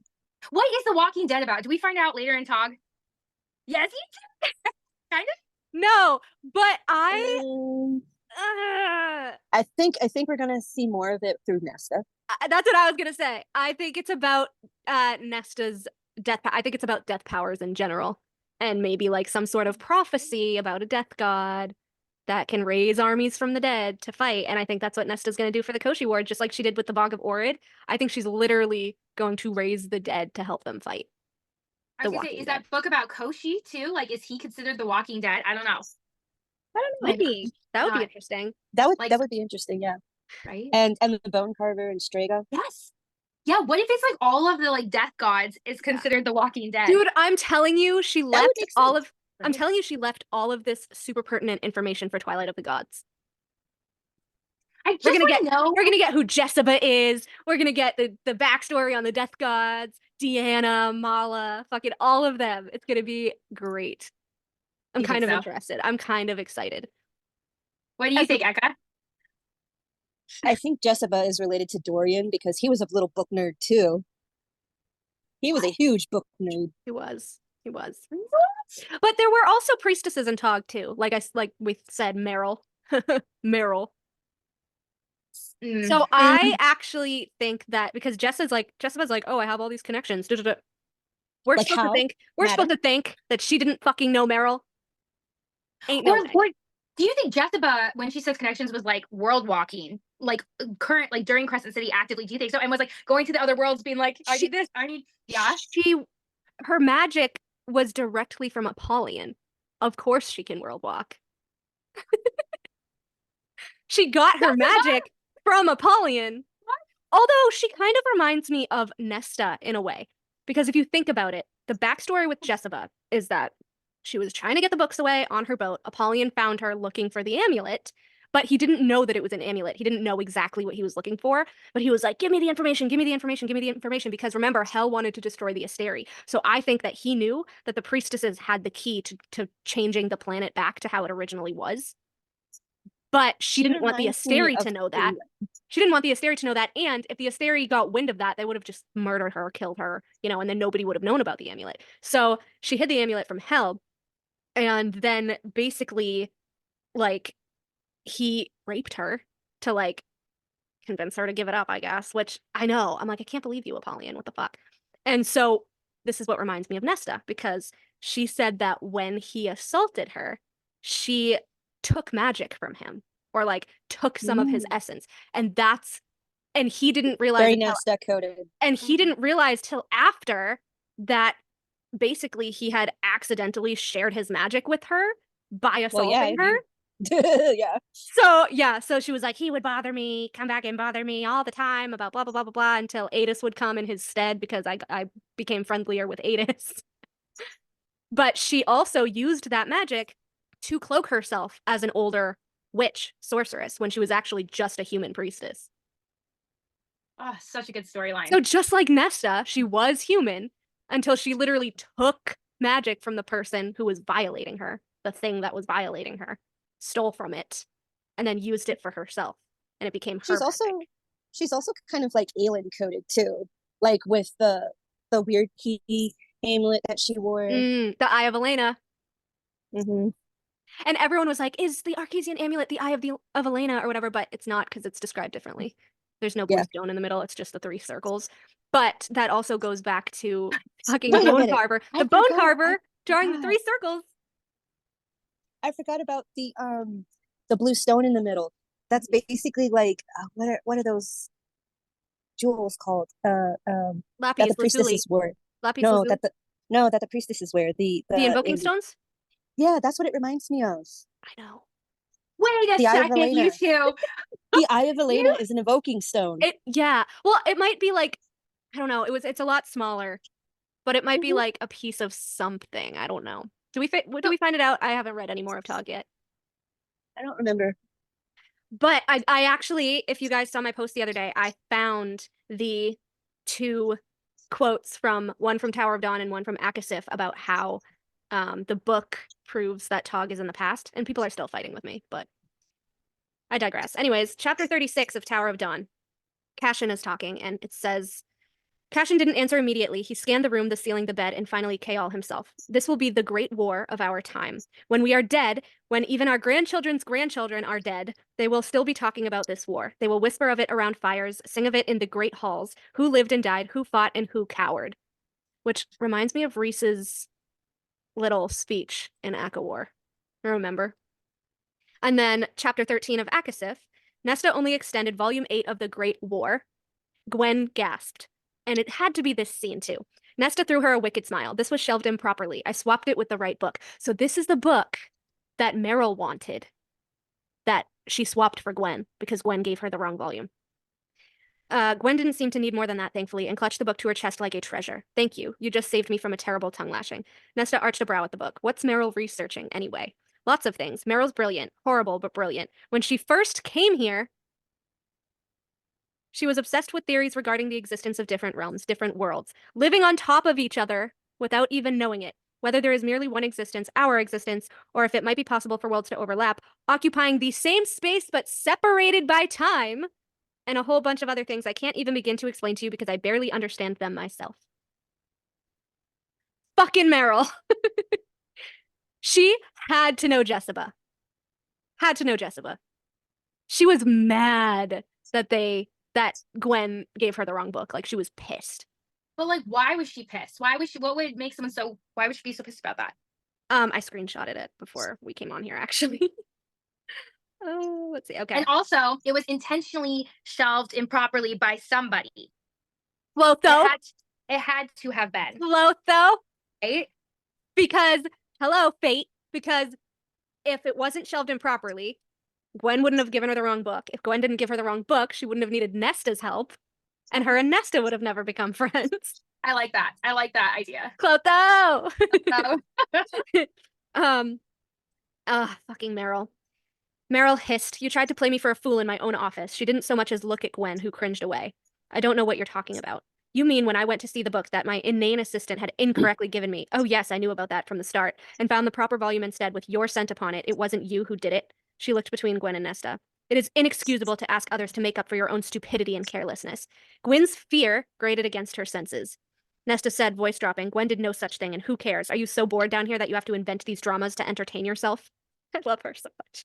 he's so awesome. We're both busy. Clear off and let us work in peace. Someone gasped a level above. Meryl laughed, that phantom wind around her whispering. Which reminds me of Azriel's shadows, by the way. Do you not know who I am, girl? I know that you are keeping us from our work. And I know that this is a library, but you hoard books like it is your own personal collection. Meryl bared her teeth. You think I do not know you, the human girl who was shoved into the cauldron and came out high fae, the female who slew the king of Hybern and held up his head like a trophy as his blood rained upon her? How did she know that, first of all? Surprise lit Gwen's face at the graphic description. Nesta didn't allow herself to so much as swallow. The wind whispers to me even here under so much stone, Meryl says. It finds its way in through the cracks and murmurs the goings-on in the world in my ear. Do you think you are entitled to do as you please? Nesta's power rumbled in her veins. She stomped on it, shoved it down, and strangled it. I think you like to hear yourself talk too much. I am descended from Rabath, Lord of the Western Wind. Unlike Gwyneth Berdara, I am no lackey to be dismissed. Oh my god. Oh my god. But you know what? You know what Nesta says right after this, which I never caught. What? To hell with this witch. To hell with restraint and hiding. Nesta let her own power simmer to the surface, and she knew that her eyes glowed. She let it crackle, even as she ignored its wild, unholy bellowing. Gwen backed away a step. Even Meryl blinked. Meryl blinked as Nesta said, with a fancy title like that, surely such a petty grudge should be beneath you. She smiled, savage and cruel. Meryl only glanced between her and Gwen before saying, get back to your work, nymph. Wind snapping at her heels, she stalked into the gloom. Nesta dropped that thread of her power, quelling its music and roaring with an iron hand. Witch! Witch! She called her a witch! Also, did you catch the parallels between Elaine and Meryl? What she could hear beneath the stone? Oh, yeah. As the wind whispers to me under the stone. What the fuck? I think Elaine and Meryl are going to be working together. I could see that. But also, like, who do we know that has wind power? I just keep thinking about that. Does anyone else think, like... Tamlin. Like, Tamlin yeah. and Helion. Yeah. Mm-hmm. Like, what is this about the wind whispering? Because I think we still don't... No, Amarin. Yeah, Amarin says the wind whispers everything, blah, blah, blah, blah. It was supposed to be Vesperus, right? Meryl knows. I'm telling you, Meryl knows about the Asteri. I'm telling you, she was the priestess behind Erd's temple. I'm telling you. Has to be. She hoards books like her own personal collection, just like Jessica. She's called a witch, just like Jessica. I think she's also glamored. I think that she was the priestess from Tog, and I think her tattoo is glamored. But they didn't see if she had a tattoo or not. Like her hood was up. So I'm wondering if she's the priestess from Tog that had the 8-pointed star tattoo. Because if so, her hating Nesta would make sense for being the next Starborn heir, right? Where were the priestesses in Tog? Because I forgot that. It was during the service where they gave out like Loomis's arrow and whatever, that priestess that we figured was Oleana. It was like book 1, like chapter. It was like Throne of Glass chapter 1. I am so convinced that Meryl is Oleana. Because the wind whispers through the stone and blah blah blah. Like she's the one that dunked the items into the cauldron. She's the one that made the Dread Trove, made Truth Teller, made Gwydion, made Narbin, blessed them. But then why would she be researching? Why would she be researching if she already knows all about it? Well, no, because I think she's probably gathering everything because this was pre-Hofas. So I think she was gathering everything to see if and how the Asteri was going to be destroyed in Midgard. Because if she was in Tog and then she's in Prithian and then in CC2, it's kind of we think that it was her in Erd's temple, kind of checking out Lunathian, and the Asteri are there now. I don't know, maybe she was like, if she's connected to the Dust Court because she has the 8-pointed star tattoo, was she checking to see like for Clotho because Fate, spinner of Fate, are they on the right path? Are they going to destroy the Asteri? Cormac. She was checking up. I don't know. I think she's Oleana. I'm so convinced. I thought Koshi was the astronomer, but I could be wrong. But I could have sworn that Koshi was the astronomer too. But this makes more sense because if she's saying like the wind tells me everything through the cracks in the stone, and that's what Amryn says too, and that was about Vesperus. If we think Elaine that Amryn says that about Lucian, I can hear your heart beating through the stone. Yeah, it could have been about Vesperus though. We thought it might. Wait a minute. Wait. His heart beating. Not whispers of the wind, but his heart beating. What if his heart beating is connected to the wind? I had a discussion with someone yesterday, and I'm going to try to pull it up. Like Lucian knows everything? I don't think he knows everything. Maybe not everything, but Eris knows a lot more. Woo! Or is the stone the monolith and it's whispering between like universes? Is that what it is? Like, well, that's an interesting theory though. Because it's like, we always assume it's like the stone in Prithian, right? But what if the stone is the monolith and there's whispers? Well, at that time they were living in the House of Wind. Now, what is the interior of the House of Wind made out of? Is it made out of that onyx stone? I know the Court of Nightmares is. Hewn City is. I don't remember. They didn't really say. Hewn City is right below the House of Wind. No, it's under Moonstone Palace. It's different. The library is under the House of Wind. I keep forgetting how many places Rhys owns. Like, he doesn't even pay the mortgage. He has so many places. Where is it? Okay, here it is. That's so weird. I said... Who's whispering in the wind? Damn it. I thought it was Vesperus. I don't know. It could have been Vesperus. This is Akasif, so... I still think it was Vesperus. Okay, so I was talking to someone on TikTok because they DM'd me about one of my theories and we went back and forth or whatever. And I was saying how when Elaine and Nesta got thrown in the cauldron, that I think they got two sides of magic because the cauldron hated Nesta, but it liked Elaine. So I think Nesta was death and Elaine was life. So I think that Nesta was the cutter and Elaine is the allotter and Clotho was the spinner. So then she was like, why do you think that or whatever? And isn't Elaine like spring-coated? So I said that, as for Elaine being the allotter, she is spring-coated, as we keep hearing, but I don't think that it means spring as in the season, per se, but more rebirth and life, which is what it represents. So do blooming flowers. I said, when Papa A dies, Farah says that Elaine found flowers somewhere and laid them on his chest. I think that she conjured them with her powers. She can also hear the heartbeats, aka the lifeblood, of those she is closest to, which would be Nesta, Farah, and Lucian as her mate. Those are the 3 people she can hear the heartbeats of. So I said her and Nesta came out of the cauldron, 2 sides of magic, life and death. And then I said, I think that her laying the flowers on Papa Archeron's chest was sort of her symbolism for eternal life and whatever afterlife there may have been, because Elaine is the one who asked them to say prayers with her, which was very kind of priestess coded too. Oh. I said, I think Elaine always had an affinity for a green thumb, which is why her magic became intertwined with that. She's able to help many people with their gardens. I said, this is also SJM's ticket to her aiding Tamlin in getting spring healed faster, which will go into her arc with Lucian. I also said, which goes with the life thing, that Elaine could also sense the girls that were turned into swans by Koshi. Remember? Which means they're still alive. So she knows Yeah. that they're still in there, still alive, just trapped at the lake, as well as the whole, I can hear her crying. Everyone thinks she's dead, which I told her I totally think is Lauren. Not dead, but she's become so withdrawn and sad because of the parasite and unable to show her wings. And then she's like, oh, I always thought it was Vasa, but yeah, it makes more sense to be the sister. And I said, yeah, because nobody thought Vasa was dead. They only thought she was ill. And then someone else mentioned earlier, like, oh, I didn't even think of, Elaine possibly being a mystic and being able to hear things from like the other worlds too. And that's why she's always dreaming and blah, blah, blah, because I think she's probably getting a lot of visions of like these other worlds that like, like Crescent City that have technology and that have all this stuff that she's never seen before. And she's like super confused. And she's like, I feel like I'm always dreaming. But if Nesta is death, Elaine is life. But that also means that Elaine can world walk through visions. Yeah, like a mystic. Like the mystics in the bathtub of the astronomers, which is why I thought he was Koshi. Because it would have tied her to Koshi. Like we think she's tied to Koshi. Could there be anyone who still is alive? Oh, go ahead. Okay. So I keep thinking of the dresser. I know. And so fire destruction, it makes sense for Nesta to be Lady Death. It makes sense for Elaine to be a mystic in life. What if Feyre is the astronomer? And that's cluing into her redemption arc. Go on, explain this.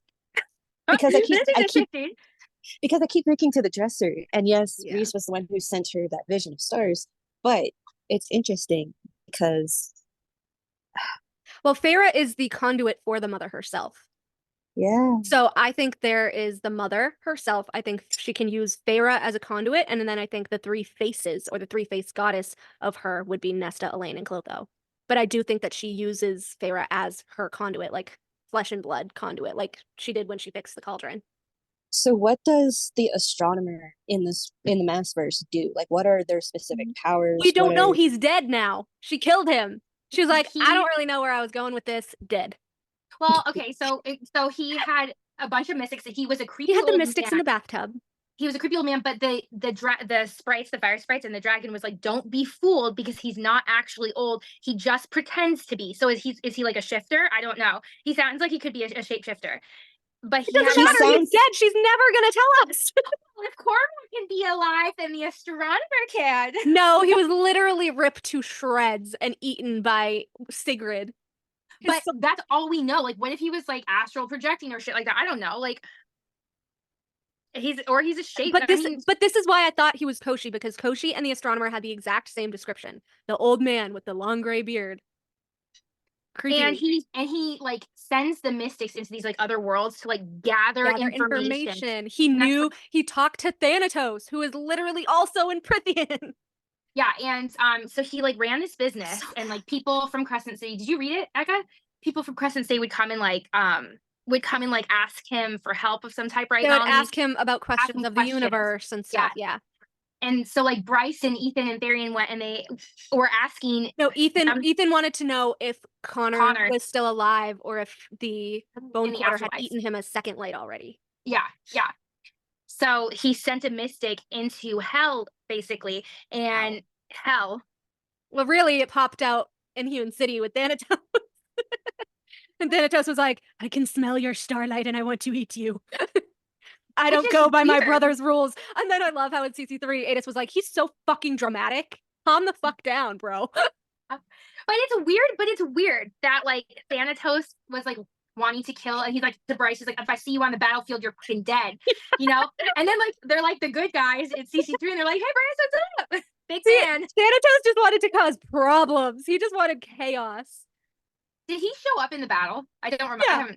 Yeah, him and Adis and Apollyon fought. So what did he do with Bryce? Because he was like threatening her. Nothing. He's just like, your starlight smells so good. And Apollyon's like, can you chill? You're being a creep. Because like he's What? like this, like leaning forward, trying to sniff her, and Apollyon's like puts an arm out and is like, "Bro, calm the fuck down." Stop it. He's like, "You So- smell delicious." So what if, hear me out, what if Okay. Eris is Thanatos' son? Go on. Tell us about Eh, this. Because Thanatos likes chaos, right? But he's a good guy. Eris means Very chaos. Eris. Goddess Eris means god of chaos. discord. Goddess of discord. Yeah. What? Tell me about this. Your audio cut out. I know, your audio cut out. I'm screaming. It's because I'm screaming. No, but think about it. So, actually, Right?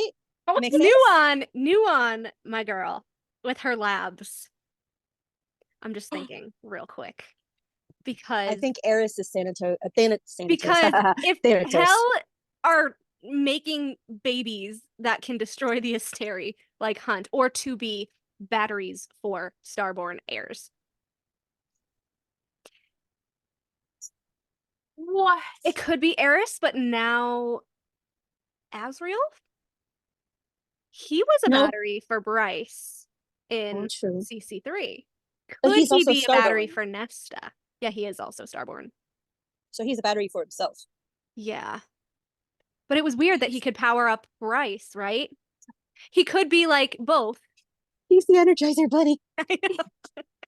Oh, I can't wait for his book. But see, this His is sex where scenes are gonna be great. But this is where he could also be both, because just like how Reese is Starborn and Valg, what if Azriel is Starborn and Hell? And that's where shadow singing gifts come from. And Hell can be killed with fire, but maybe if you're only like a Prince of Hell or something, that's why his fucking stepbrothers tried to kill him with fire.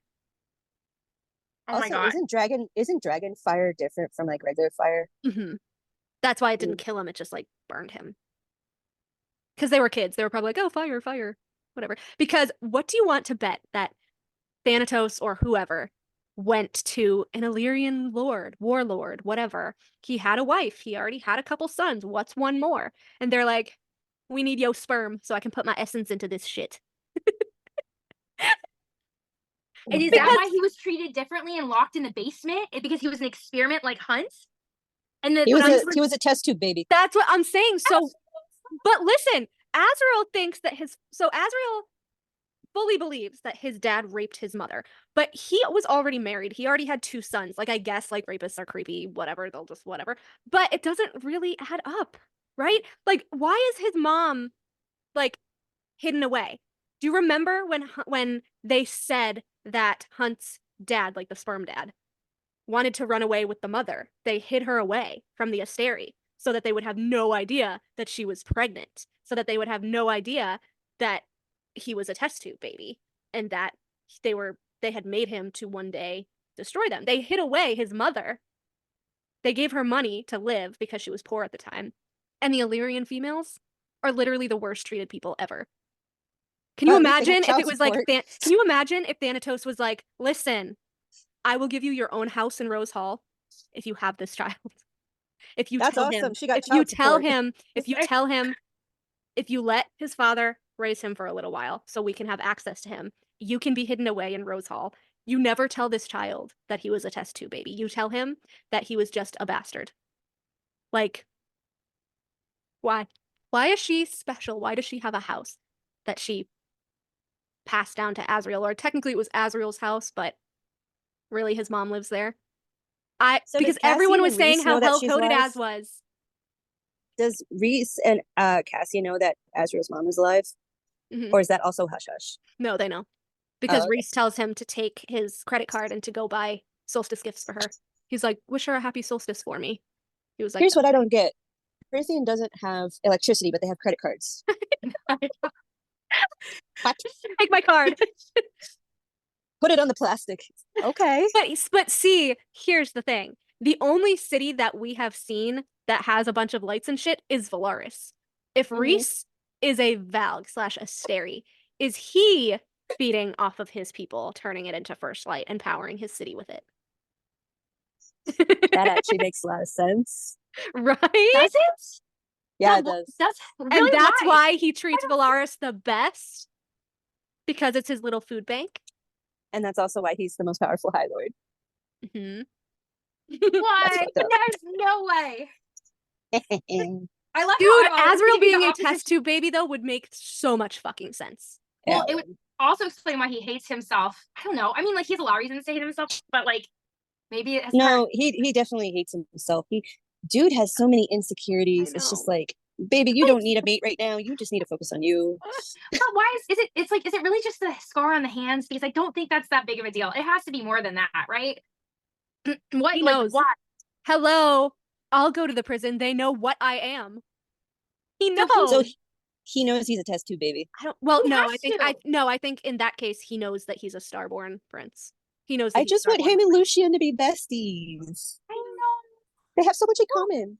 If he's a starborn prince, I just don't Nobody understand. points that out, but Rhys says the prison is keyed to my blood. Selene says the prison is keyed to the blood of my blood. If Azriel can go there by himself, he can also open the prison. They are blood of her blood. They're both starborn. He knows. They know what I am. That's why he can keep So it in Az is mind. actually as Like Selene. so And that's this why- is why, so that's why- Olivia, really quick, do you remember when we were talking about Blue Honest and Cassian Yeah. and Azriel? Yeah. And I said, why was it attacking Cassian but not Azriel? Because Azriel is a descendant of Selene. Selene originally put them in the prison. wasn't So Blue you're Honest a saying- witch? Yes, Melanie and I were talking. I don't know. Do you remember we had this big thing and Blue Honest was a witch and was going for? You kept saying he was going for Cassian's heart or Yeah, something like she was that. clawing at Cassian's heart, but Cassian tells Nesta that Blue Honest only eats females. Oh, we thought This Cassian. is why I was saying that I think Nesta and Cassian's bond was a spell, because she was going for his heart. But I also said, what if his heart was part of the trove? Because if Illyrians in general are descendants of Annalius, and Annalius was the one who helped create the Dread Trove and Truth Teller and all of this stuff, and he was created with the essence of the Asteri and all of that, wouldn't it make sense for the witch to want to kill him? So what you're saying is all three Bat Boys are heirs to something. Cassian is heir of Annalus, Annalius, yeah. But and Az is heir to Hell. Azriel It has seems Annalius's like it. knife. Truth Teller was Annalius's knife, but only Starborn can wield it. Cassian So is they're- Starborn. So not only are they brothers by chosen family, and as what I remember Illyrians. Reese saying, like they're All bastards are considered brothers. In they're a way. brothers. They're brothers in a way from the Illyrian idea that they're all bastards. Yeah. But like on a bigger picture level, they're technically brothers Yeah. Kinda. in power. Yeah. But Cassian doesn't know how powerful he is.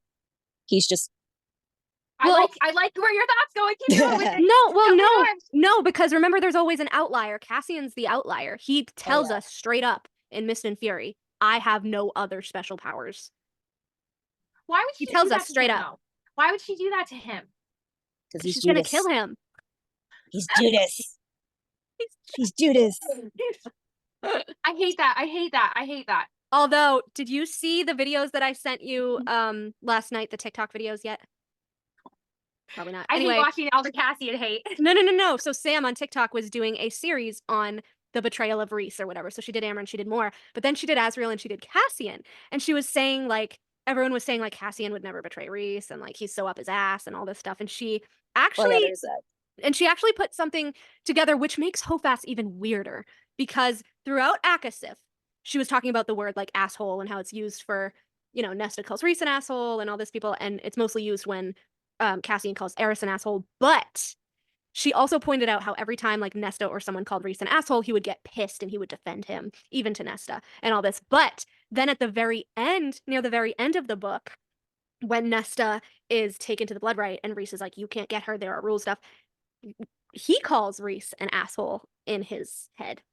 And so she's like, it's weird because from the beginning of Akasif to the end of Akasif, Cassian is slowly realizing that Reese is kind of an asshole, even though he'll still defend him. But that's why Hofas is even weirder, because then he's just back on him being up his ass. But remember in Akamath when he and Az were talking shit about Reese in front of Feyre, and he's like, "You two, you guys are insufferable" or something like that. Like Azriel calls, I think Cassian calls Reese an asshole, and Az calls him calls him a prick. But I think He is a Cassian calls him an asshole. And that's what made me think of that. I have to pull up my comment real quick on the So, I mean, I agree with you guys because it is weird. The whole thing's weird. That's why I'm like so thrown off by that bonus chapter because like I said, even Nesta and Reese, they like got along at the end. Everything was like all simpatico, Yeah. like, right? Like, and then to go back to that, it was like introducing another big like fight. It just nothing is adding up, and it's either bad writing or an intentional plot it's line. definitely intentional. Yeah. But it's funny because people are in denial about it. They're like, you guys are absolutely wrong. There's nothing wrong with the behavior of those characters. Like, I feel like So- they just need reading comprehension. I agree. Because you can't, that's a huge deviation in their attitudes towards each other, the three of them. So Right, Sam because was Reese was up Nesta's ass for saving Feyre and Nyx, as he should. then she was like, Then all of stop, a stop. sudden, It has to Yeah. do with the 3 days between the end of Akasif and when they were supposed to get married. And yeah, didn't. because he's like, I should kill you or something like that. Like, what happened to you being up her ass and giving her We're gonna jewels? execute And you, blah, blah, blah, blah, blah. And then Amron's like, you better hope Feyre can change his mind, girl. Like, Feyre's gonna also- let him kill her. Also, you would think that like Reese would like at this point by now have trust in Nesta to be like, because everyone's like, oh, he's like a good lord, high lord or whatever, that he would be like, I trust my inferiors to make proper decisions. And he was not like that. So I want to ask both of He you a was question pissy at separately. Az, too. He was pissed in that whole book. Both of you, I want to hear your answers. Do you think that the wedding ceremony or the mating ceremony between Nesta and Cassian happened? No. I don't think it did either. they weren't And wearing rings. Thank you. There's no rings. There's no Is it- rings. They're was that fighting. Reese intentional? hates her. What happened in those 3 fucking days? I need to know.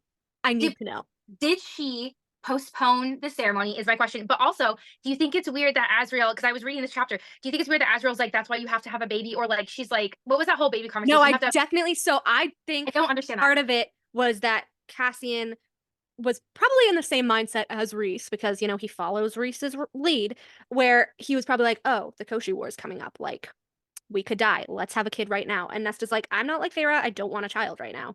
And I think he was kind of pissy and kind of probably like on her ass about it. And she's like, you know what? Like, if you're going to try to pressure me, let's just postpone the wedding till after the war, see what happens, all this stuff. And I think he was upset about that. And I think Reese was pissed because they had already set everything up at the temple and all that. Like, I think and then he was like, as like, you're best friends with her. Like, can you maybe try to ask her if there's an opening to ask her? And then Azriel was like, well, what about kids? And she was like, because there's no way Cassian didn't ask him to ask that. Come on. Azriel's not willy-nilly asking other people when they're going to have children. Yeah. But do you think it's weird that like, why ask about the kids if the marriage hasn't happened? You think he would be like, that's why it's important to get married to your mate before you die? Like, or, you know, it's weird, the whole kids thing. But also It's Cassian weird. seemed like he didn't want kids at the end of Silver He was Flames. like, oh, it's fine if we wait. But then, like, then he saw he was Nyx like, you with Reese. He was like, you want kids now? And Nesta's like, God, no, I God, don't no. want it. But so I'm like, what's the change? So is it he's pissed because the ceremony never happened? That's why Reese hates Nesta? I don't know. But like, changed what her else? bone What structure. else would give them a complete 180 to hate her and want her dead again? Oh, I know. It makes no sense. That theory does make sense. Because like Feyre could have died. And you know, that probably was traumatizing for Nesta to see her baby sister almost, you know, in the midst of dying, and like she had to save her, and you know, that's traumatic. But it would have made Even more though- sense if she didn't get to change her body yet, you know, but she did. So like, Yeah, she it wouldn't did. have killed her, you know? I don't know. I just want to know. There Unless- has to be something. Unless she's still pissed at Reese and the IC for keeping it from Feyre, and she's dwelling on that and is like, what happens if I get pregnant?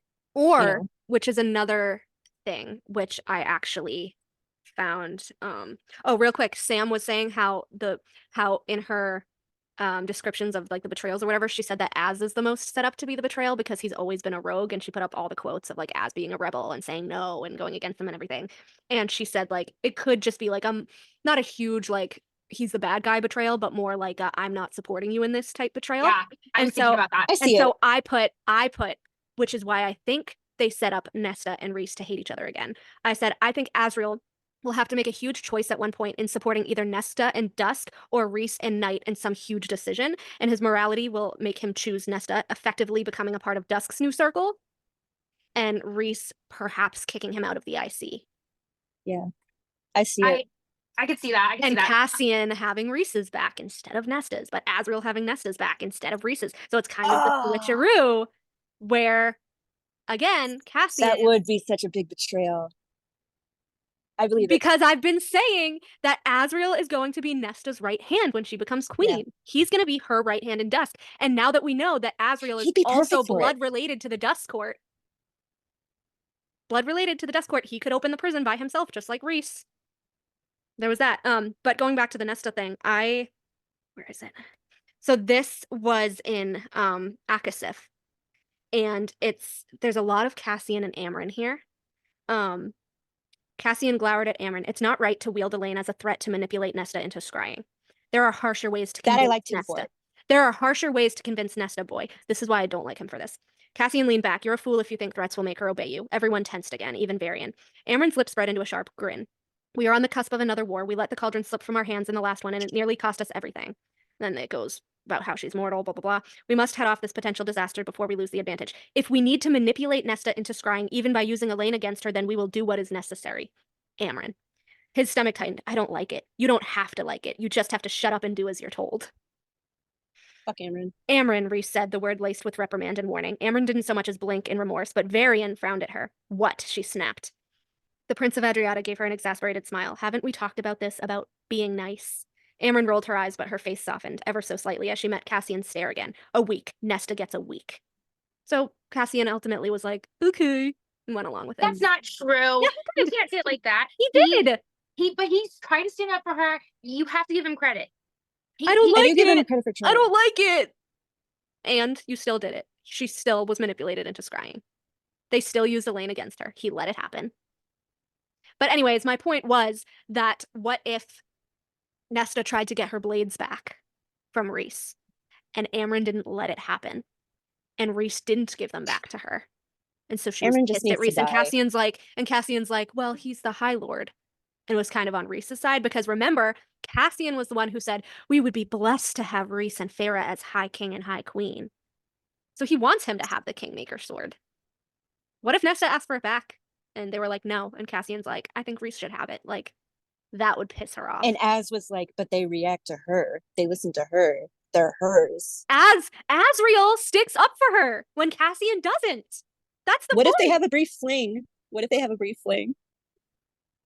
He doesn't need another fling. But this is why I think but this is why Dusk is going to be the court of the Valkyries. This is why Azriel is going to be her right hand, because Gwen's going to be his mate. That's why I think Balthazar could be her advisor for politics, because she mentions he's well-versed in politics and doesn't like fighting. I still think Balthazar is going to be Nyx's bodyguard, because there's lore of Balthazar like being a bodyguard of a baby, and I bet you he's Nyx's. That's what I think. But he could be his godfather. Yeah, or something like that. Yeah, or even better, if Cassian dies and Nesta is pregnant when he dies, Balthazar could be her baby's godfather, because there's a picture that SJM had on her Pinterest of Balthazar holding a winged baby. Yeah. Baby, like infant. Nyx is already like 1. Yeah. Oh, I wish she didn't like delete her Pinterest, because I like have all of the pictures. girl, you have to look at them. They're so good, Eka. Oh my god, send them to her. and then to me. I have all the pictures. It's funny though that you can't find any Nessian ones at all. I found all of the pictures, but there are like no Nessian ones anywhere on the internet. Okay, if Nesta does not end up with Cormac, like if SJM doesn't follow through with that, or with Balthazar, perhaps Illyrian pelvis, that would make sense. If she doesn't end up with Cormac, I think she's going to end up with Balthazar. I want Emery to be with Balthazar, but that does make sense. Nesta and Balthazar does make sense too. Because even though her mom was like, you will marry a prince, and even Farah's like, yeah, I think Nesta would want to marry a prince, Cormac. Mm-hmm. Their mom also said, Nesta, you will marry for politics and conquering, which Balthazar is really good. Yeah, and Balthazar is good with politics. Yeah. Oh my god. If it's not Cormac, I'm literally gonna be upset. Because it just I will be upset so too. It makes too much sense. It makes a lot of sense. But if she does not end up with Cormac, Balthazar would be the better choice. Because Cassian's gonna die.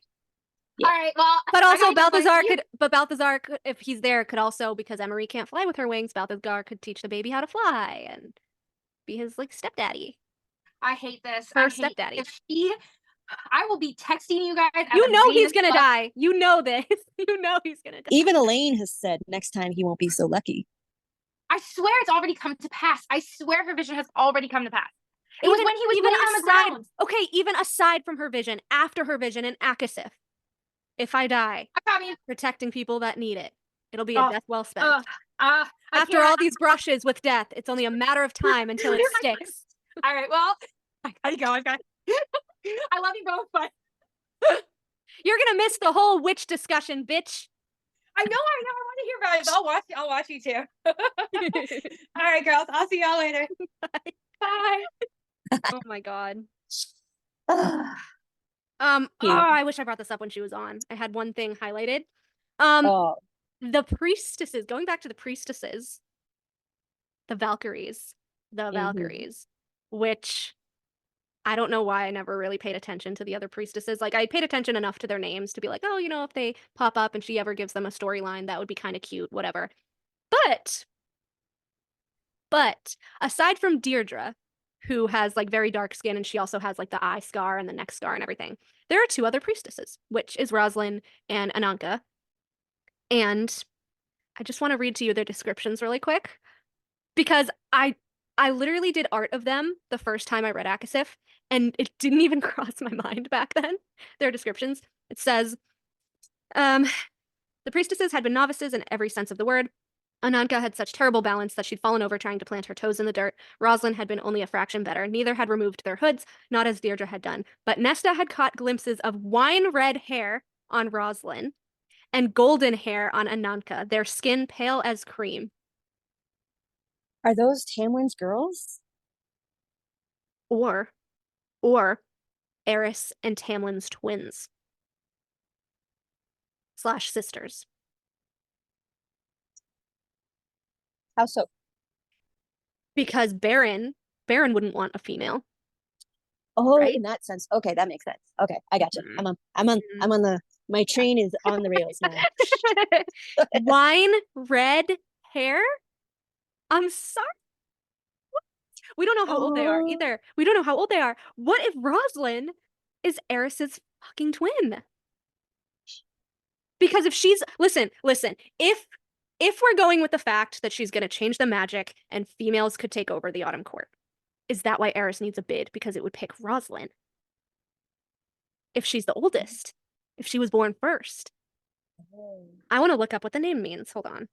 And that would also kind of make sense for Baron to like, oh, we have our first daughter. Well, let's take her to the nunnery. Let's make her a priestess. Yeah. You know, that makes sense. Oh, it means red-haired, of course. Of course it does. Or gentle horse. But I do think this. I think Nesta is also It very also means similar. rose. Yeah. Gwen, I guess, ended up with the rose necklace as Eris's daughter. Is Rosalind, because Rosalind is the one whose scent Gwen detected. When we were talking about her and Eris potentially being bloodhounds and how I said they can scent, like Eris could scent more on the breeze because we think that they're rejected mates. Gwen scented Right. Rosalind. So if Because she's if that's her aunt and she can sense her aunt. they're family, Okay. I see it. because we know that Gwen's only 28, but she literally says that some of these priestesses have been there for centuries. Mm. So Rosalind could be Eris's age. She could literally be his sister. Can you imagine? That'd be so sad. And then Tamlin doesn't really say if he has a sister or not. No, but his name does mean twin in Aramaic. That's why we were like, oh, Flynn's mom looks like him with the blonde hair and the green eyes. It doesn't And say his what color. crown is hawthorn, or at least the crown that was put on Pharaoh was hawthorn flowers. Hawthorn, Whitethorn, that's the same variant of the same surname. Mhm.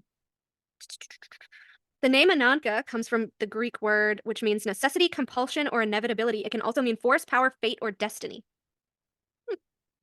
Hmm. An inescapable force that determines the fate and destinies of gods and mortals alike.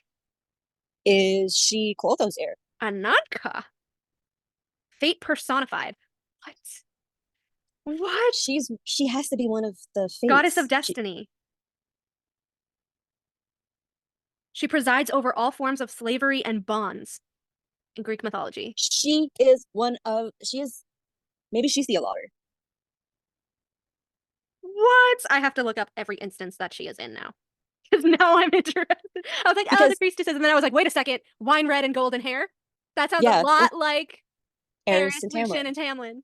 Well, here's the other thing too to consider. I think Nesta is kind of playing Manon's role, and the priestesses, the Valkyries, are going to be the new 13. 13, yeah.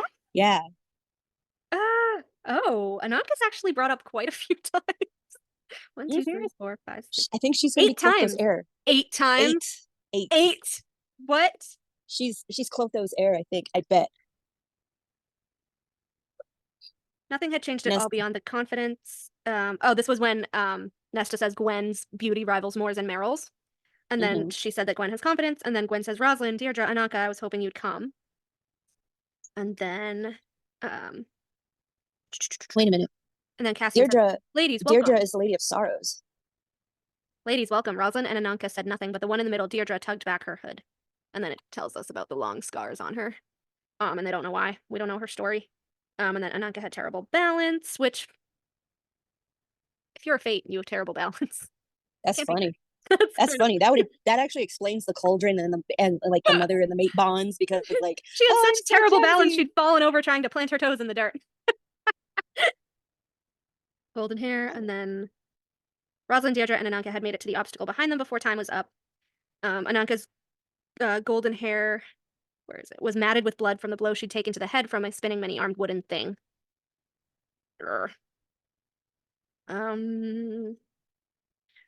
And then they made it to the third stage. Once in the next 2 weeks, Rosalind, Ananka, and Deirdre were close on their heels, propelling Gwen to push her group further. More of the priestesses cut the ribbon. Rosalind, Deirdre, then Ananka, Ilana, Lorelai. Everything that Azriel and Cassian threw at them, they took and threw right back. So there's 8 Valkyries right now.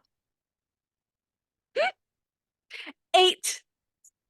Nesta, Gwen, Emery, Rosalind, Deirdre, Ananka, Ilana, and Lorelai. So they need 5 more. Oh, there's a message from Liv. What? Oh. You guys, holy shit, what? What? The astronomer is Koshi. I was going to say Koshi is deathless. Yeah. Did she put that? Oh, yeah. Just put that. I was going to say that if he was dead and he could literally just go back into his body. Yeah. I told her the first time we filmed about Koshi, I said that, but then I was like, it could have just been like one part of his soul or something. So if Elaine is a mystic, then that would also give more weight to the idea that Koshi is manipulating her. But we never got proof, and I'm mad. Because wouldn't it, like, I feel like we would have seen something in his death scene where it was like, because didn't Sigrid like eat his soul? The thing that gets me is that like the twins, Strega and the Bone Carver, how did they die when they're death gods? Like, what is the metaphysical physics of this? I don't know. Now I'm interested about the Valkyries, though. Like, really interested in the Valkyries. There has to be at least one that's named Freya. Freya? Mm-hmm. I'm so glad you said that. Because my headcanon, my headcanon, because you know it's an inevitable void in my head. Your head my is headcanon of all my thoughts is that when Helion and Lady Autumn get back together, if they don't die, they have a daughter and they named her Freya. I literally have that in my notes as a fic to write. Well, here's the thing: Freya is a twin. Freyr is her brother. Freyr is the king of the elves. And both are represented by hawks. Freya also has a connection with cats. I'm telling her. Or what if Rosalind is what if well, no, because then I feel like she would have protected Lucian too, so never mind. I was gonna say, what if she's Lucian's twin? No, it makes more sense that she's Eris's. She's Eris's twin, I think.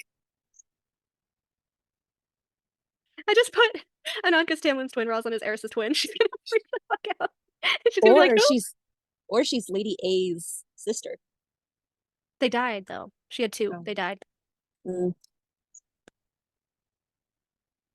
I put I put so much shit on my Instagram this week. I forget where I fucking left off. We did talk about the Phantom Hands. I think we talked about we did talk about Nuon. I did the whole thing about Reese being Valk again because people were asking me. I got that message on Tumblr where someone said I should not be allowed running around with examples like this because maid bond. I swear I slept to justify anything that relates to Nessie and not acting like mates. I blame books and writing. You don't know me, but I saw it on your Instagram and it makes so much sense. It does. I've been texting you guys all the random ass comments and DMs that I've been getting because she didn't believe me. And it's like, I feel conflicted now because like my headcanon is still that like she and Reese are Volg mates and they don't end up together because they hate each other. And I don't want them to end up with each other. But who she ends up with, it's either going to be Cormac if he's still alive, or Balthazar. And now I'm thinking about her and Balthazar, and I'm just like, what was his light though? Wasn't it purple? I don't think he had any. I thought his light was purple, like his siphon light. He didn't have siphons yet because they were in the blood right. They don't get them till after if they survive. His is going to be green because remember during the war it says red, blue, and green, which is why I was convinced that he's going to be Emery's mate because her friendship bracelet was purple, gold, and green.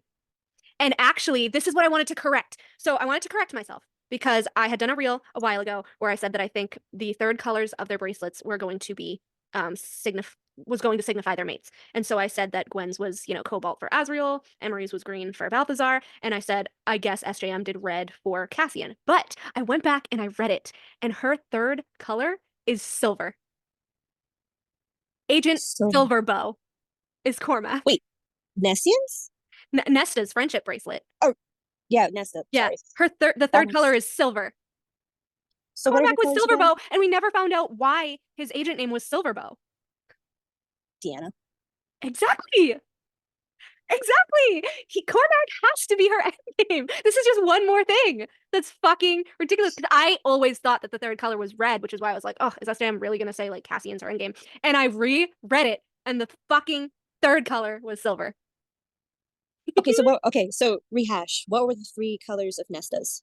Nesta's colors: navy blue, crimson, and silver. Crimson red, white, and blue. Cassian. Pretty much. Crimson for Cassian. Navy blue. Silver for Cormac. And navy blue for herself because for Dusk. It says she selected the colors for Gwen: blue, white, and teal. Emery, in turn, selected Nesta's navy blue, crimson, and silver. Nesta and Emery dutifully tried to copy Gwen's easy steps. Where's Emery's? Hold on. Gwen grinned, beginning to demonstrate by selecting three colors that she thought matched Emery's spirit: green, purple, and gold. So Mardi Gras. Yeah. I love it. Well, purple is like royalty, kinda, which is why I thought they were going to be Lord and Lady of Illyria together. Her and Balthazar. Mm. Does navy blue ever come up before? Let me look. I feel like it does. I know Nesta rocks navy blue a lot. Unless it's the Archeron house colors. Yeah, I mean, or it could just be for like Feyre, because Feyre wears navy blue a lot. No, that's the only time navy blue comes up in the whole series, which is weird. It could be because of her love at first sight.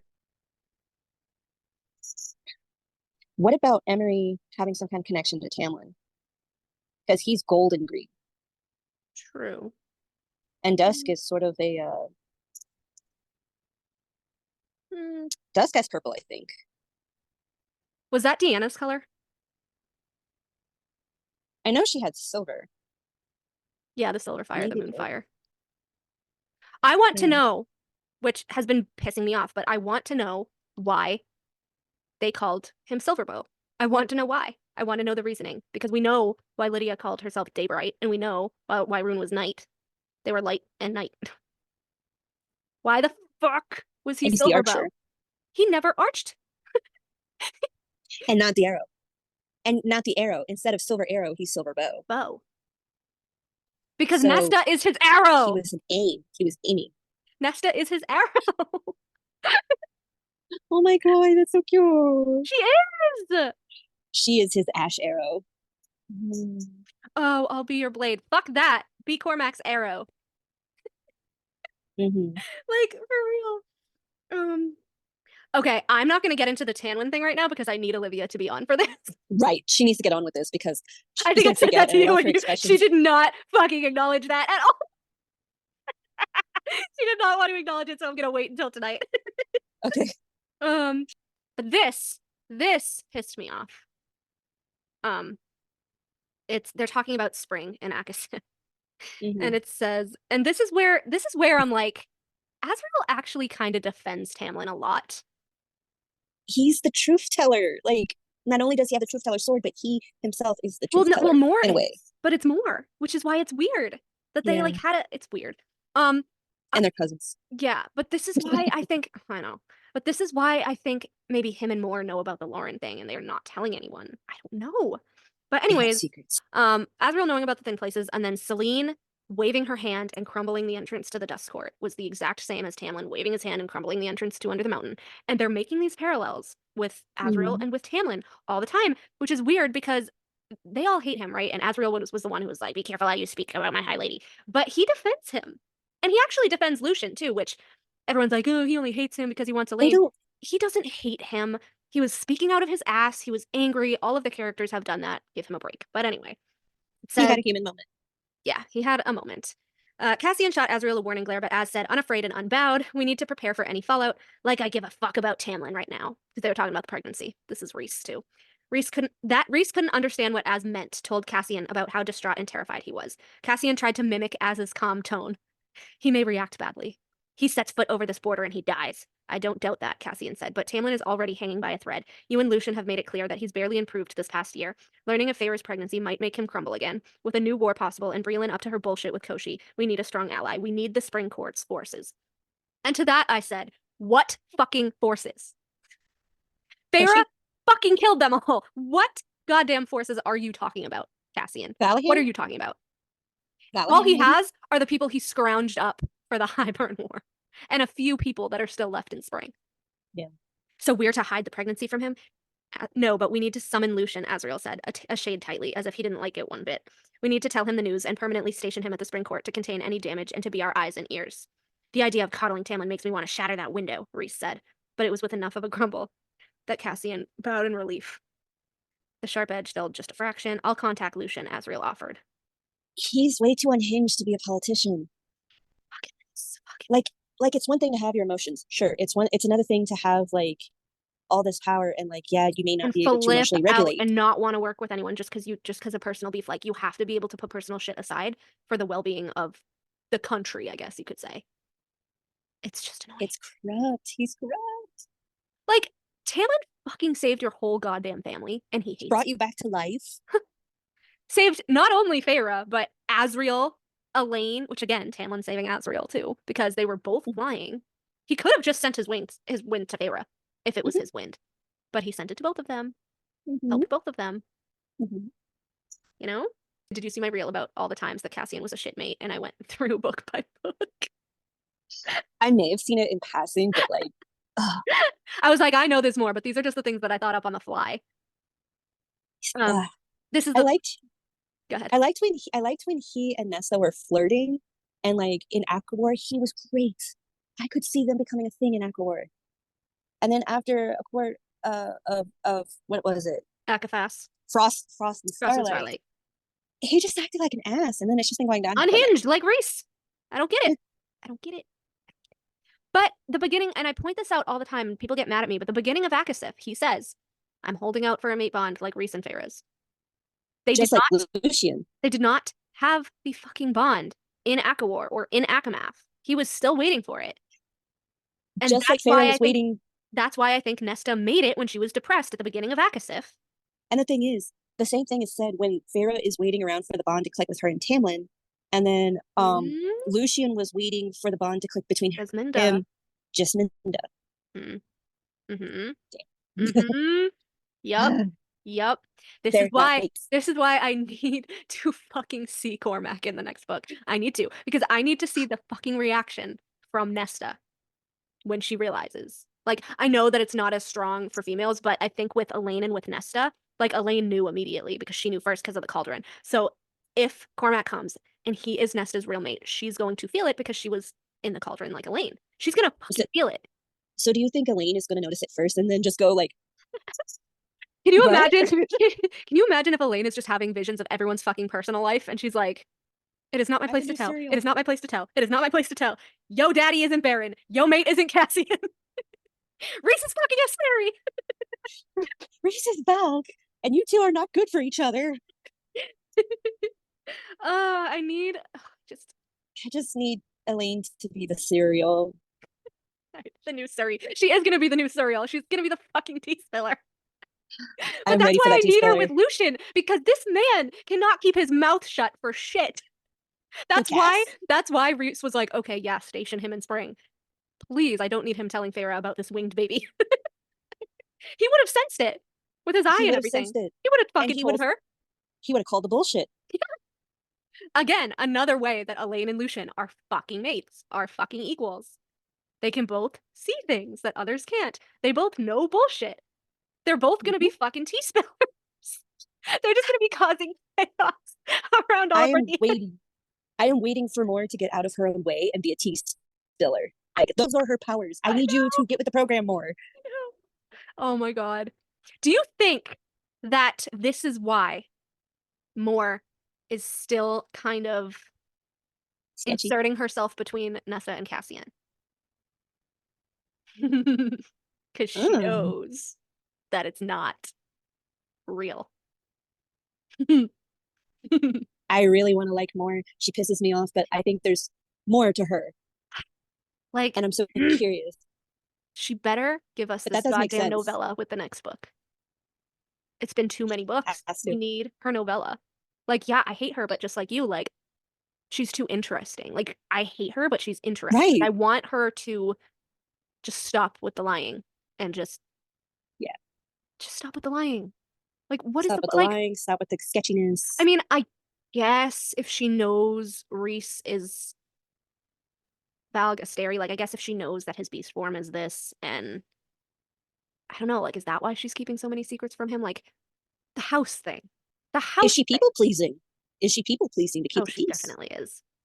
But the thing is, Valaris and Reese are supposed to be the most progressive people ever on Prithian, ever. Meanwhile, And- Feyre's pregnancy. Not happening. And Moore literally doesn't want to tell them she's gay. Why? Yeah, that's sketchy. Like, if they're that progressive. Oh, I loved a female during the last war. Like, Reese and nobody knows why. Like, do you honestly think he would care? Like, why not Like- go to the Dawn Court where the even High Lord Rita's is gay? You're Even telling me Rita's. that they've been to Rita's 5 bajillion times and they don't know that it's a gay bar. Like, they don't know that Rita is gay. Be so for real. I think they know. They know more. They know. I mean, they made Azriel Cassie knows. made She a says, blockhead. she's like, oh yeah, like I've strung Azriel along, but honestly, like I think he probably knows he's the spy master. She's like, he probably knows. But she doesn't straight up tell anyone. I wouldn't even be They're upset. probably waiting for her to come out of the closet. It's only been 530 something years. But Yeah, honestly, really. like I wouldn't really be upset with like a more Andromaca flashback. Like I know it's kind of like not really necessary because obviously she's been dead for centuries or whatever, and now like the Golden Queen is dead. That was her only descendant or whatever, but I don't know. I feel like there was I don't know. But that's just another layer of weirdness, right? Because Yeah. it was said that really only the Spring Court, or after Tamlin's father died, really only Tamlin was the one advocating for humans. But yet, like, more loved a human and all this stuff. And Yeah. I actually love the scene, which you know I hate Feyre, but I love the scene where she actually kind of sort of calls out Reese before he's like, he mind twists her into believing, oh, it's for the best or whatever. But she asks him if he ever Before she found out that they were mates, she was calling him out on his bullshit. she asks him, And then once they became mates, she asks him, did you take in refugees in the last war? You were, and he was like, well, my father was High Lord, so not really. And then her follow-up question, which was hilarious, her follow-up question was, if there are people in need of asylum after the Highburn War, would we take them in? And he was like, oh, well, I guess, we need to protect Dolores. Fucker. You claim to be so Tamlin is good. more progressive. He doesn't use it with words. He shows with actions. Yeah. He's not a very chatty guy. He's not really loquacious. That's why he made Lucian his courtier. He's like, he's better at talking. Like, Which is smart. Which is smart. Because Tamlin is not loquacious. He's very brawn, very brain. Not brain, but mostly brawn. He's very brainy when it comes to poetry. He's very smart in terms of like quiet intelligence. Observing. Yes. Feyre even says like the things that he notices like surprised her a lot of the time. Because he would just point He hasn't out. changed. And everyone's like, he's so fucking stupid that he couldn't see that she hated him. And what was he? She didn't hate him. She didn't hate him. They both had trauma. I know. They just didn't have healthy coping skills. I know. And Rhys, every time they almost had a conversation about it to Rhys try popped and in. Yeah. That's what I point out all the time. That he never allowed them the chance to make up from their tiffs. And that's what built and piled up. Because they never got a chance to talk about anything. Because every time it was an affair. It would happen. It was an affair. It was emotional cheating outside of their fucking bedroom. It was emotional cheating. Yeah. I never touched Rhys like that until I left. You didn't have to. There is still a such thing as emotional cheating, Feyre. Yeah. Like you were already long gone before you left. Mentally. Emotionally. Like literally the party for their wedding when she was like, I don't even care about his friends. And then like just goes upstairs. That made me mad. That was the first time I actually really hated her. She was annoying me, but that was like, yeah, that was when I hated her. When he took off his glamour for her. I know. Like, how is that not a sign of love? How is that not a sign of love? Something he is so insecure about, he won't let anyone see him without his glamour, and he takes it off for you at your wedding. This is another mirror. I'm glad you brought this up. Because I say all the time that Tamlin's life and Lucian's life are mirrors of each other. And the only time Feyre sees Lucian without his glamour is when she's under the influence of the Fey wine during summer solstice. Because she could see through everything then. So Lucian, I don't know whether anybody knows that he wears a glamour. Lucian also wears a glamour 24/7 for the exact same reason as Tamlin does. Because without his glamour, he was light. Hello, Lucian means light. Sun daddy. He knows he wears his glamour 24/7. And I said this the last time, but the only difference between Tamlin's form, unglamored, and Lucian's form, unglamored, is that Lucian does not have his crown of sunshine yet. Yeah, because he's still heir. Yeah. Nobody knows. So Tamlin knows. Feyre is the only one that knows that Lucian wears a glamour. And I feel like she like saw it that one time and then like never thought anything of it again. Until she was like, oh, the nose and the mouth look the same. Like, how about you legit saw him without his glamour on and he was sunshine? If he's not from the spring court, what other court is sunshine, Feyre? The day court. She was not very smart back then. Another thing too, like back then when she had the fairy wine, she was able to lower her defenses and see past all the bullshit and all the glamour. But when Rhys drugged her with the different fairy wine, she couldn't remember anything. Yeah, it was a different type. It was like way more potent.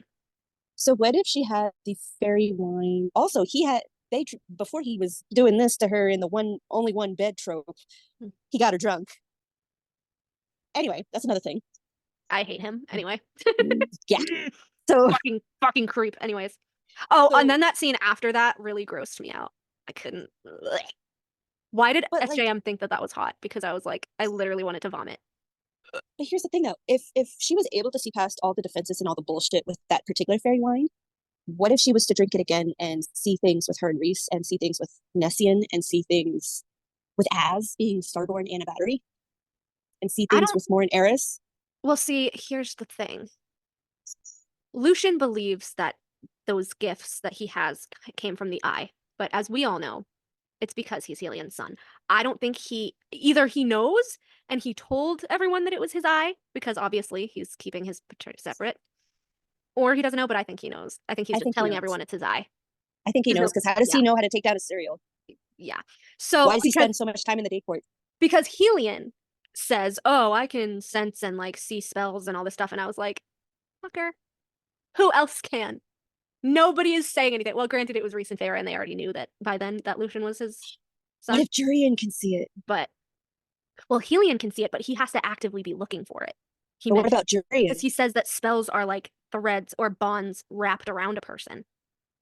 But what about Jurian? What if Jurian can see it? Jurian can, yeah, I think Jurian's the one that can, like Olivia said, she thinks that he's the one that can sense power and riches. Yeah, I think she's right. So I don't know if he could sense power. Like he could sense power. I don't know if he can see the threads like Lucian can though, or Helion can though. Because he knew that Feyre was Rhys's mate, and like that she was High Lady. Yeah, but didn't they? Yeah, well, that came out during the cauldron scene. He was there. Yeah. That's why.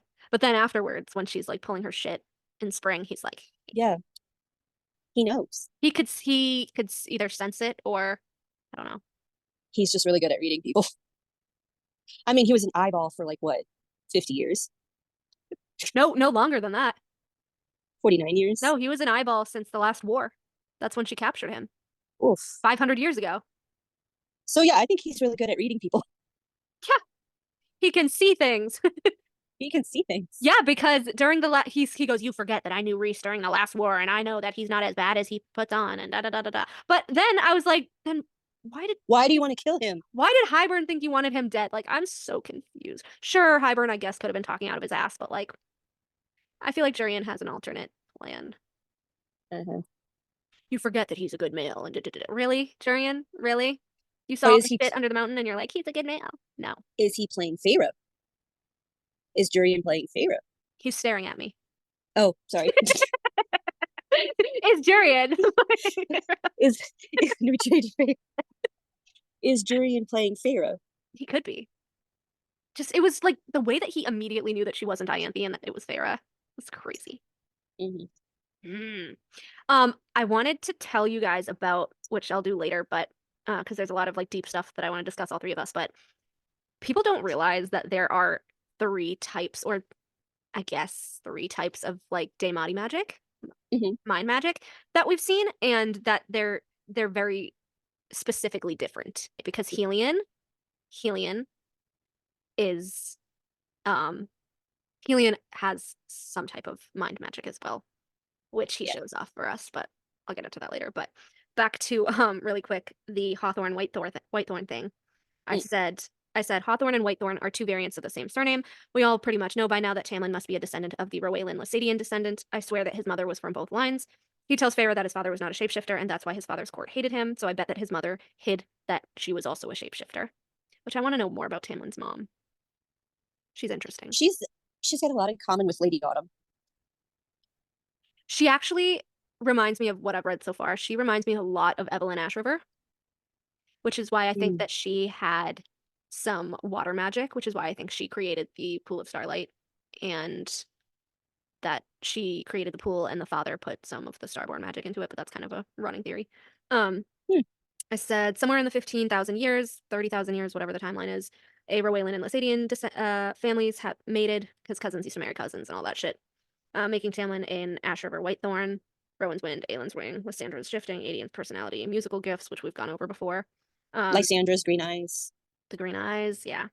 I said it would make sense for the Flynns to call themselves Lord and Lady Hawthorne if they are related to them. I do wonder if the Lord and Lady were distant cousins through both lines, since in Crescent City they were still marrying to keep bloodlines pure and had earth magic. So if Lord Hawthorne if Lady Hawthorne was part of Tamlin's line, and Lord Hawthorne was like another branch of the Rowaylan Lysadian line, that makes sense because they had the green eyes, but they also had brown hair, like Lysandra.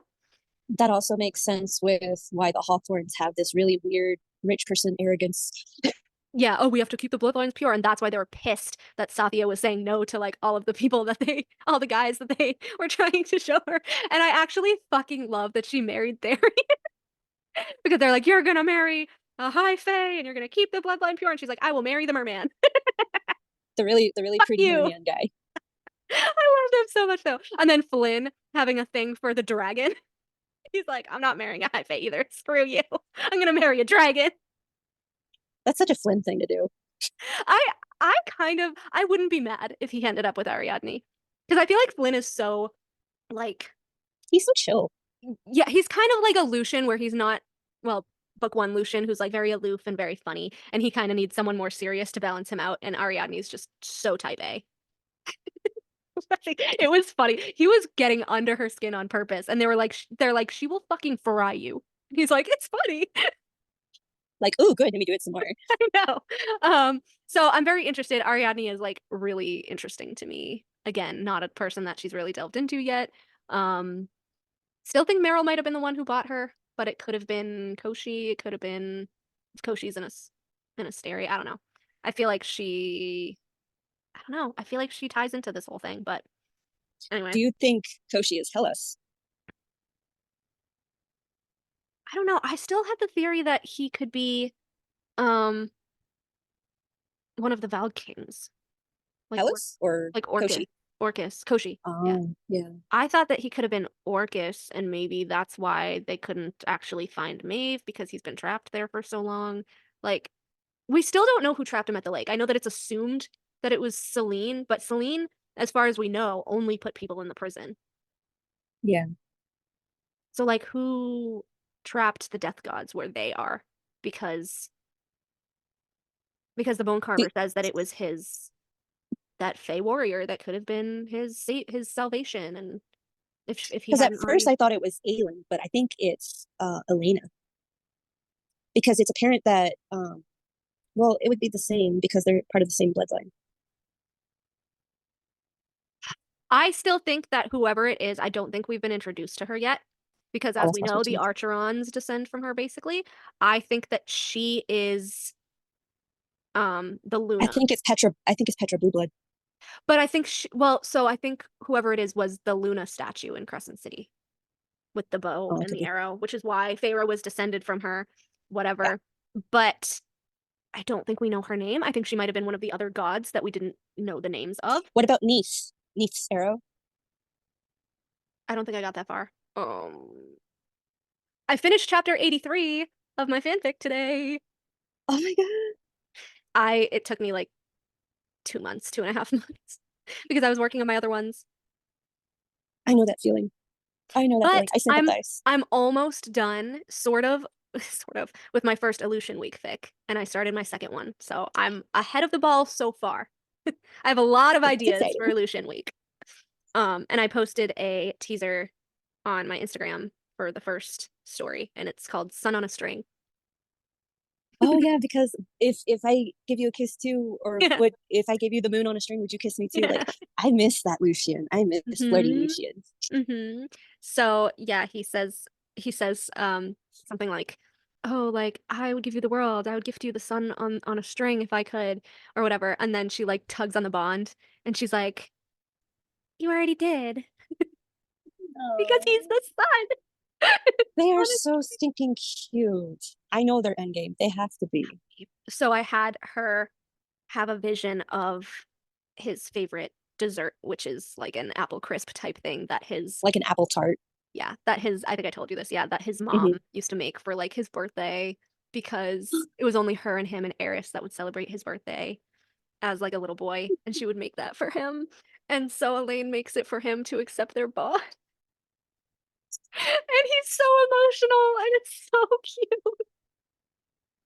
And she's like, I swear, that's why she's trying to bake. That's why she's trying to bake. And she's like, I hope this doesn't upset you. And he's like, why would it upset me? And then like she shows him what she made, and he's like all emotional. And she's like, I know you haven't like seen her in a while, but I got a vision that like this is what she used to make you as a little boy. It's so cute. It's so cute. That's where I left off before we hopped on here. So cute. But also I had, which I added in because I thought it was funny and we were talking about it last week, but I added in the whole discussion where Feyre looks at him and she's like cringing, and he's like, what? And he's like, well, you just tell me why you periodically give me that fucking look, because you're driving me nuts. Like, why are you giving me the stink face? And it's hilarious. And so let me pull it up real quick because it's so funny. Hold on. It's so fucking funny. Also, I'm not the best at banter usually, but I thought this was hilarious. I made myself laugh. So you're not good at banter? Really? Writing it usually. Anyways, they're basically talking about Nyx, which goes into the whole discussion about children and all of that stuff. And She says, perhaps you'll have one of these sooner rather than later. If the fertility of your family has anything to say about it. Elaine, despite her role during our poverty, has always been nurturing, and I have now seen both of you with Nyx. And he says, I'm not sure if I would ever be totally ready, but I would not balk from the idea. Feyre cringes slightly and watches Nyx as she sets him down with his toys. And then he goes, all right, well, you just and then he like looks at the kid and then he's like, fudging, tell me what that face is for. I see you tossing it at me every so often. Feyre's cheeks flush slightly and she averts her gaze from his. Feyre, just tell me. Nothing. It's just a silly rumor I heard about autumn court males. Lucian raises a brow. She clears her throat. Has to do with bedroom prowess. And I would rather not think about my sister being subject to that heat every time I look at you, but ever since I've been plagued with that thought and subsequently that disturbing image. He barks out a laugh and crosses his arms. I may be quite deprecating about my face, but I do have a fairly great body if I do say so myself. I should be flattered that you think of me that way. Feyre groans and makes a disgusted face as he laughs more. Hey, you were the one that tried to seduce me falsely back in spring, must I remind you? You forget the fox knows all the tricks. She groans even more and shakes her head. Gods, do not remind me ever again for eternity. I wish I could wipe my brain of it. And then I had him say, which was my favorite line that I wrote. I said, well, you could always ask Rhys to do so, though then he will have to see those quite risque images of me you conjured in your mind, and he may be utterly struck with jealousy. Doubtful. I wouldn't be so sure. I hadn't had any complaints ever. In fact, most of my old dalliances wanted more than a night or two and had a difficult time with the word no. Flattering, though. Feyre rolls her eyes. You do love to boast about yourself. I think your ego is a bit too inflated for the likes of Elaine. She won't be saying that once she formally accepts me mind, soul, and body. Feyre shudders in disgust and shakes her head. Again, don't want to hear it. Oh, you'll be hearing it. How many times have I been trapped in this god's forsaken house with you and Rhys? It is my house. Yes, and I had nowhere to go at the time, but let's not go down that little lane of memory. No, like, yes, it's your house. You have 4 other houses. No, let's not. Who would have thought 4 years ago that we would be brother and sister-in-law? This time Feyre laughs and shakes her head. Gods help me and Nesta. Oh, I have a feeling Nesta will quite enjoy having one brother-in-law that isn't an obnoxious bat. No, just an obnoxious fox. He grins. Seeing as you are officially my little sister within minutes, you best bet that I will be pissing you off your entire existence, just as you do to me. Oh, that's Great. actually cute. Great, she groans. It is, isn't it? I wanted their book 1 banter again, so I wrote it. I also love that sibling dynamic between them because they already had it from book 1. Like they foreshadowing. Right. Amazing. And then there's a knock on the door. One of the Shadow Wraith twins floats through the closed door and bows to her and Lucian. Lady Elaine is ready for you, Lord Lucian. Feyre suppresses her laugh and Lucian's lips twitch. You can just call me Lucian. Thank you, Caradwyn. She inclines her head and leaves, and Feyre turns to him. How did you know that was Caradwyn? They are completely identical. Lucian winks. Observations. Nuala tends to wring her hands in front of her body. Caradwyn plays with the hems of her pockets. Their voices are also slightly different. Caradwyn's voice is a bit smoother and deeper. I guess I never noticed. Nobody usually notices the servants. However, when I was young, I befriended many in the forest house. My brothers certainly didn't want anything to do with me. I should try harder. Perhaps I have fallen into complacency because I try to make Feyre a little better. Happens to the best of us. Go and get your mate, you prick. And then he like rushes down to the kitchen and they have the whole like apple tart thing. And that's where I left off. I love it. I love it. I don't know what the fuck I was on when I started this fic. Because I read the first couple pages. It's cute. Well, no. So the first couple pages, I read the first couple pages of this because I hadn't written it since like September, and I had no idea what the fuck I wrote. And it is some of the most poetic shit I have ever written in my entire life. I don't even remember half of it. I had to have been so fucking sleep deprived when I wrote this. That's why the creative hours are like past midnight. I know I wrote it at work, but half of the shit I did not remember writing. Like the fucking like metaphors blew my mind. I was like, I don't remember writing this. Like, You've been blessed by the mother. You've been blessed by the mother. I know. Thank you, goddess of creative juices. Thank you, Muse. Like amazing metaphors. Complete like amazing descriptions, which I utterly suck at descriptions. Like it will take me hours just to write a paragraph trying to describe a house. Like reread this and I was like, I don't know what the fuck I was on, but it worked. It worked. It was great. I need to cut up watermelon to give the rinds to the donkeys, the horse, and the goat. Horse and the goat. You have goats. I have a goat, I have a horse, and I have 4 donkeys. You have a goat. Yes. They run the place. You have to show me your goat because yes. Me and my aunt watched the Charmed podcast, and actually they got sponsored by someone, so they're restarting the entire thing. The Charmed cast. It's called House of Hallowell. They're restarting the whole thing. Ooh.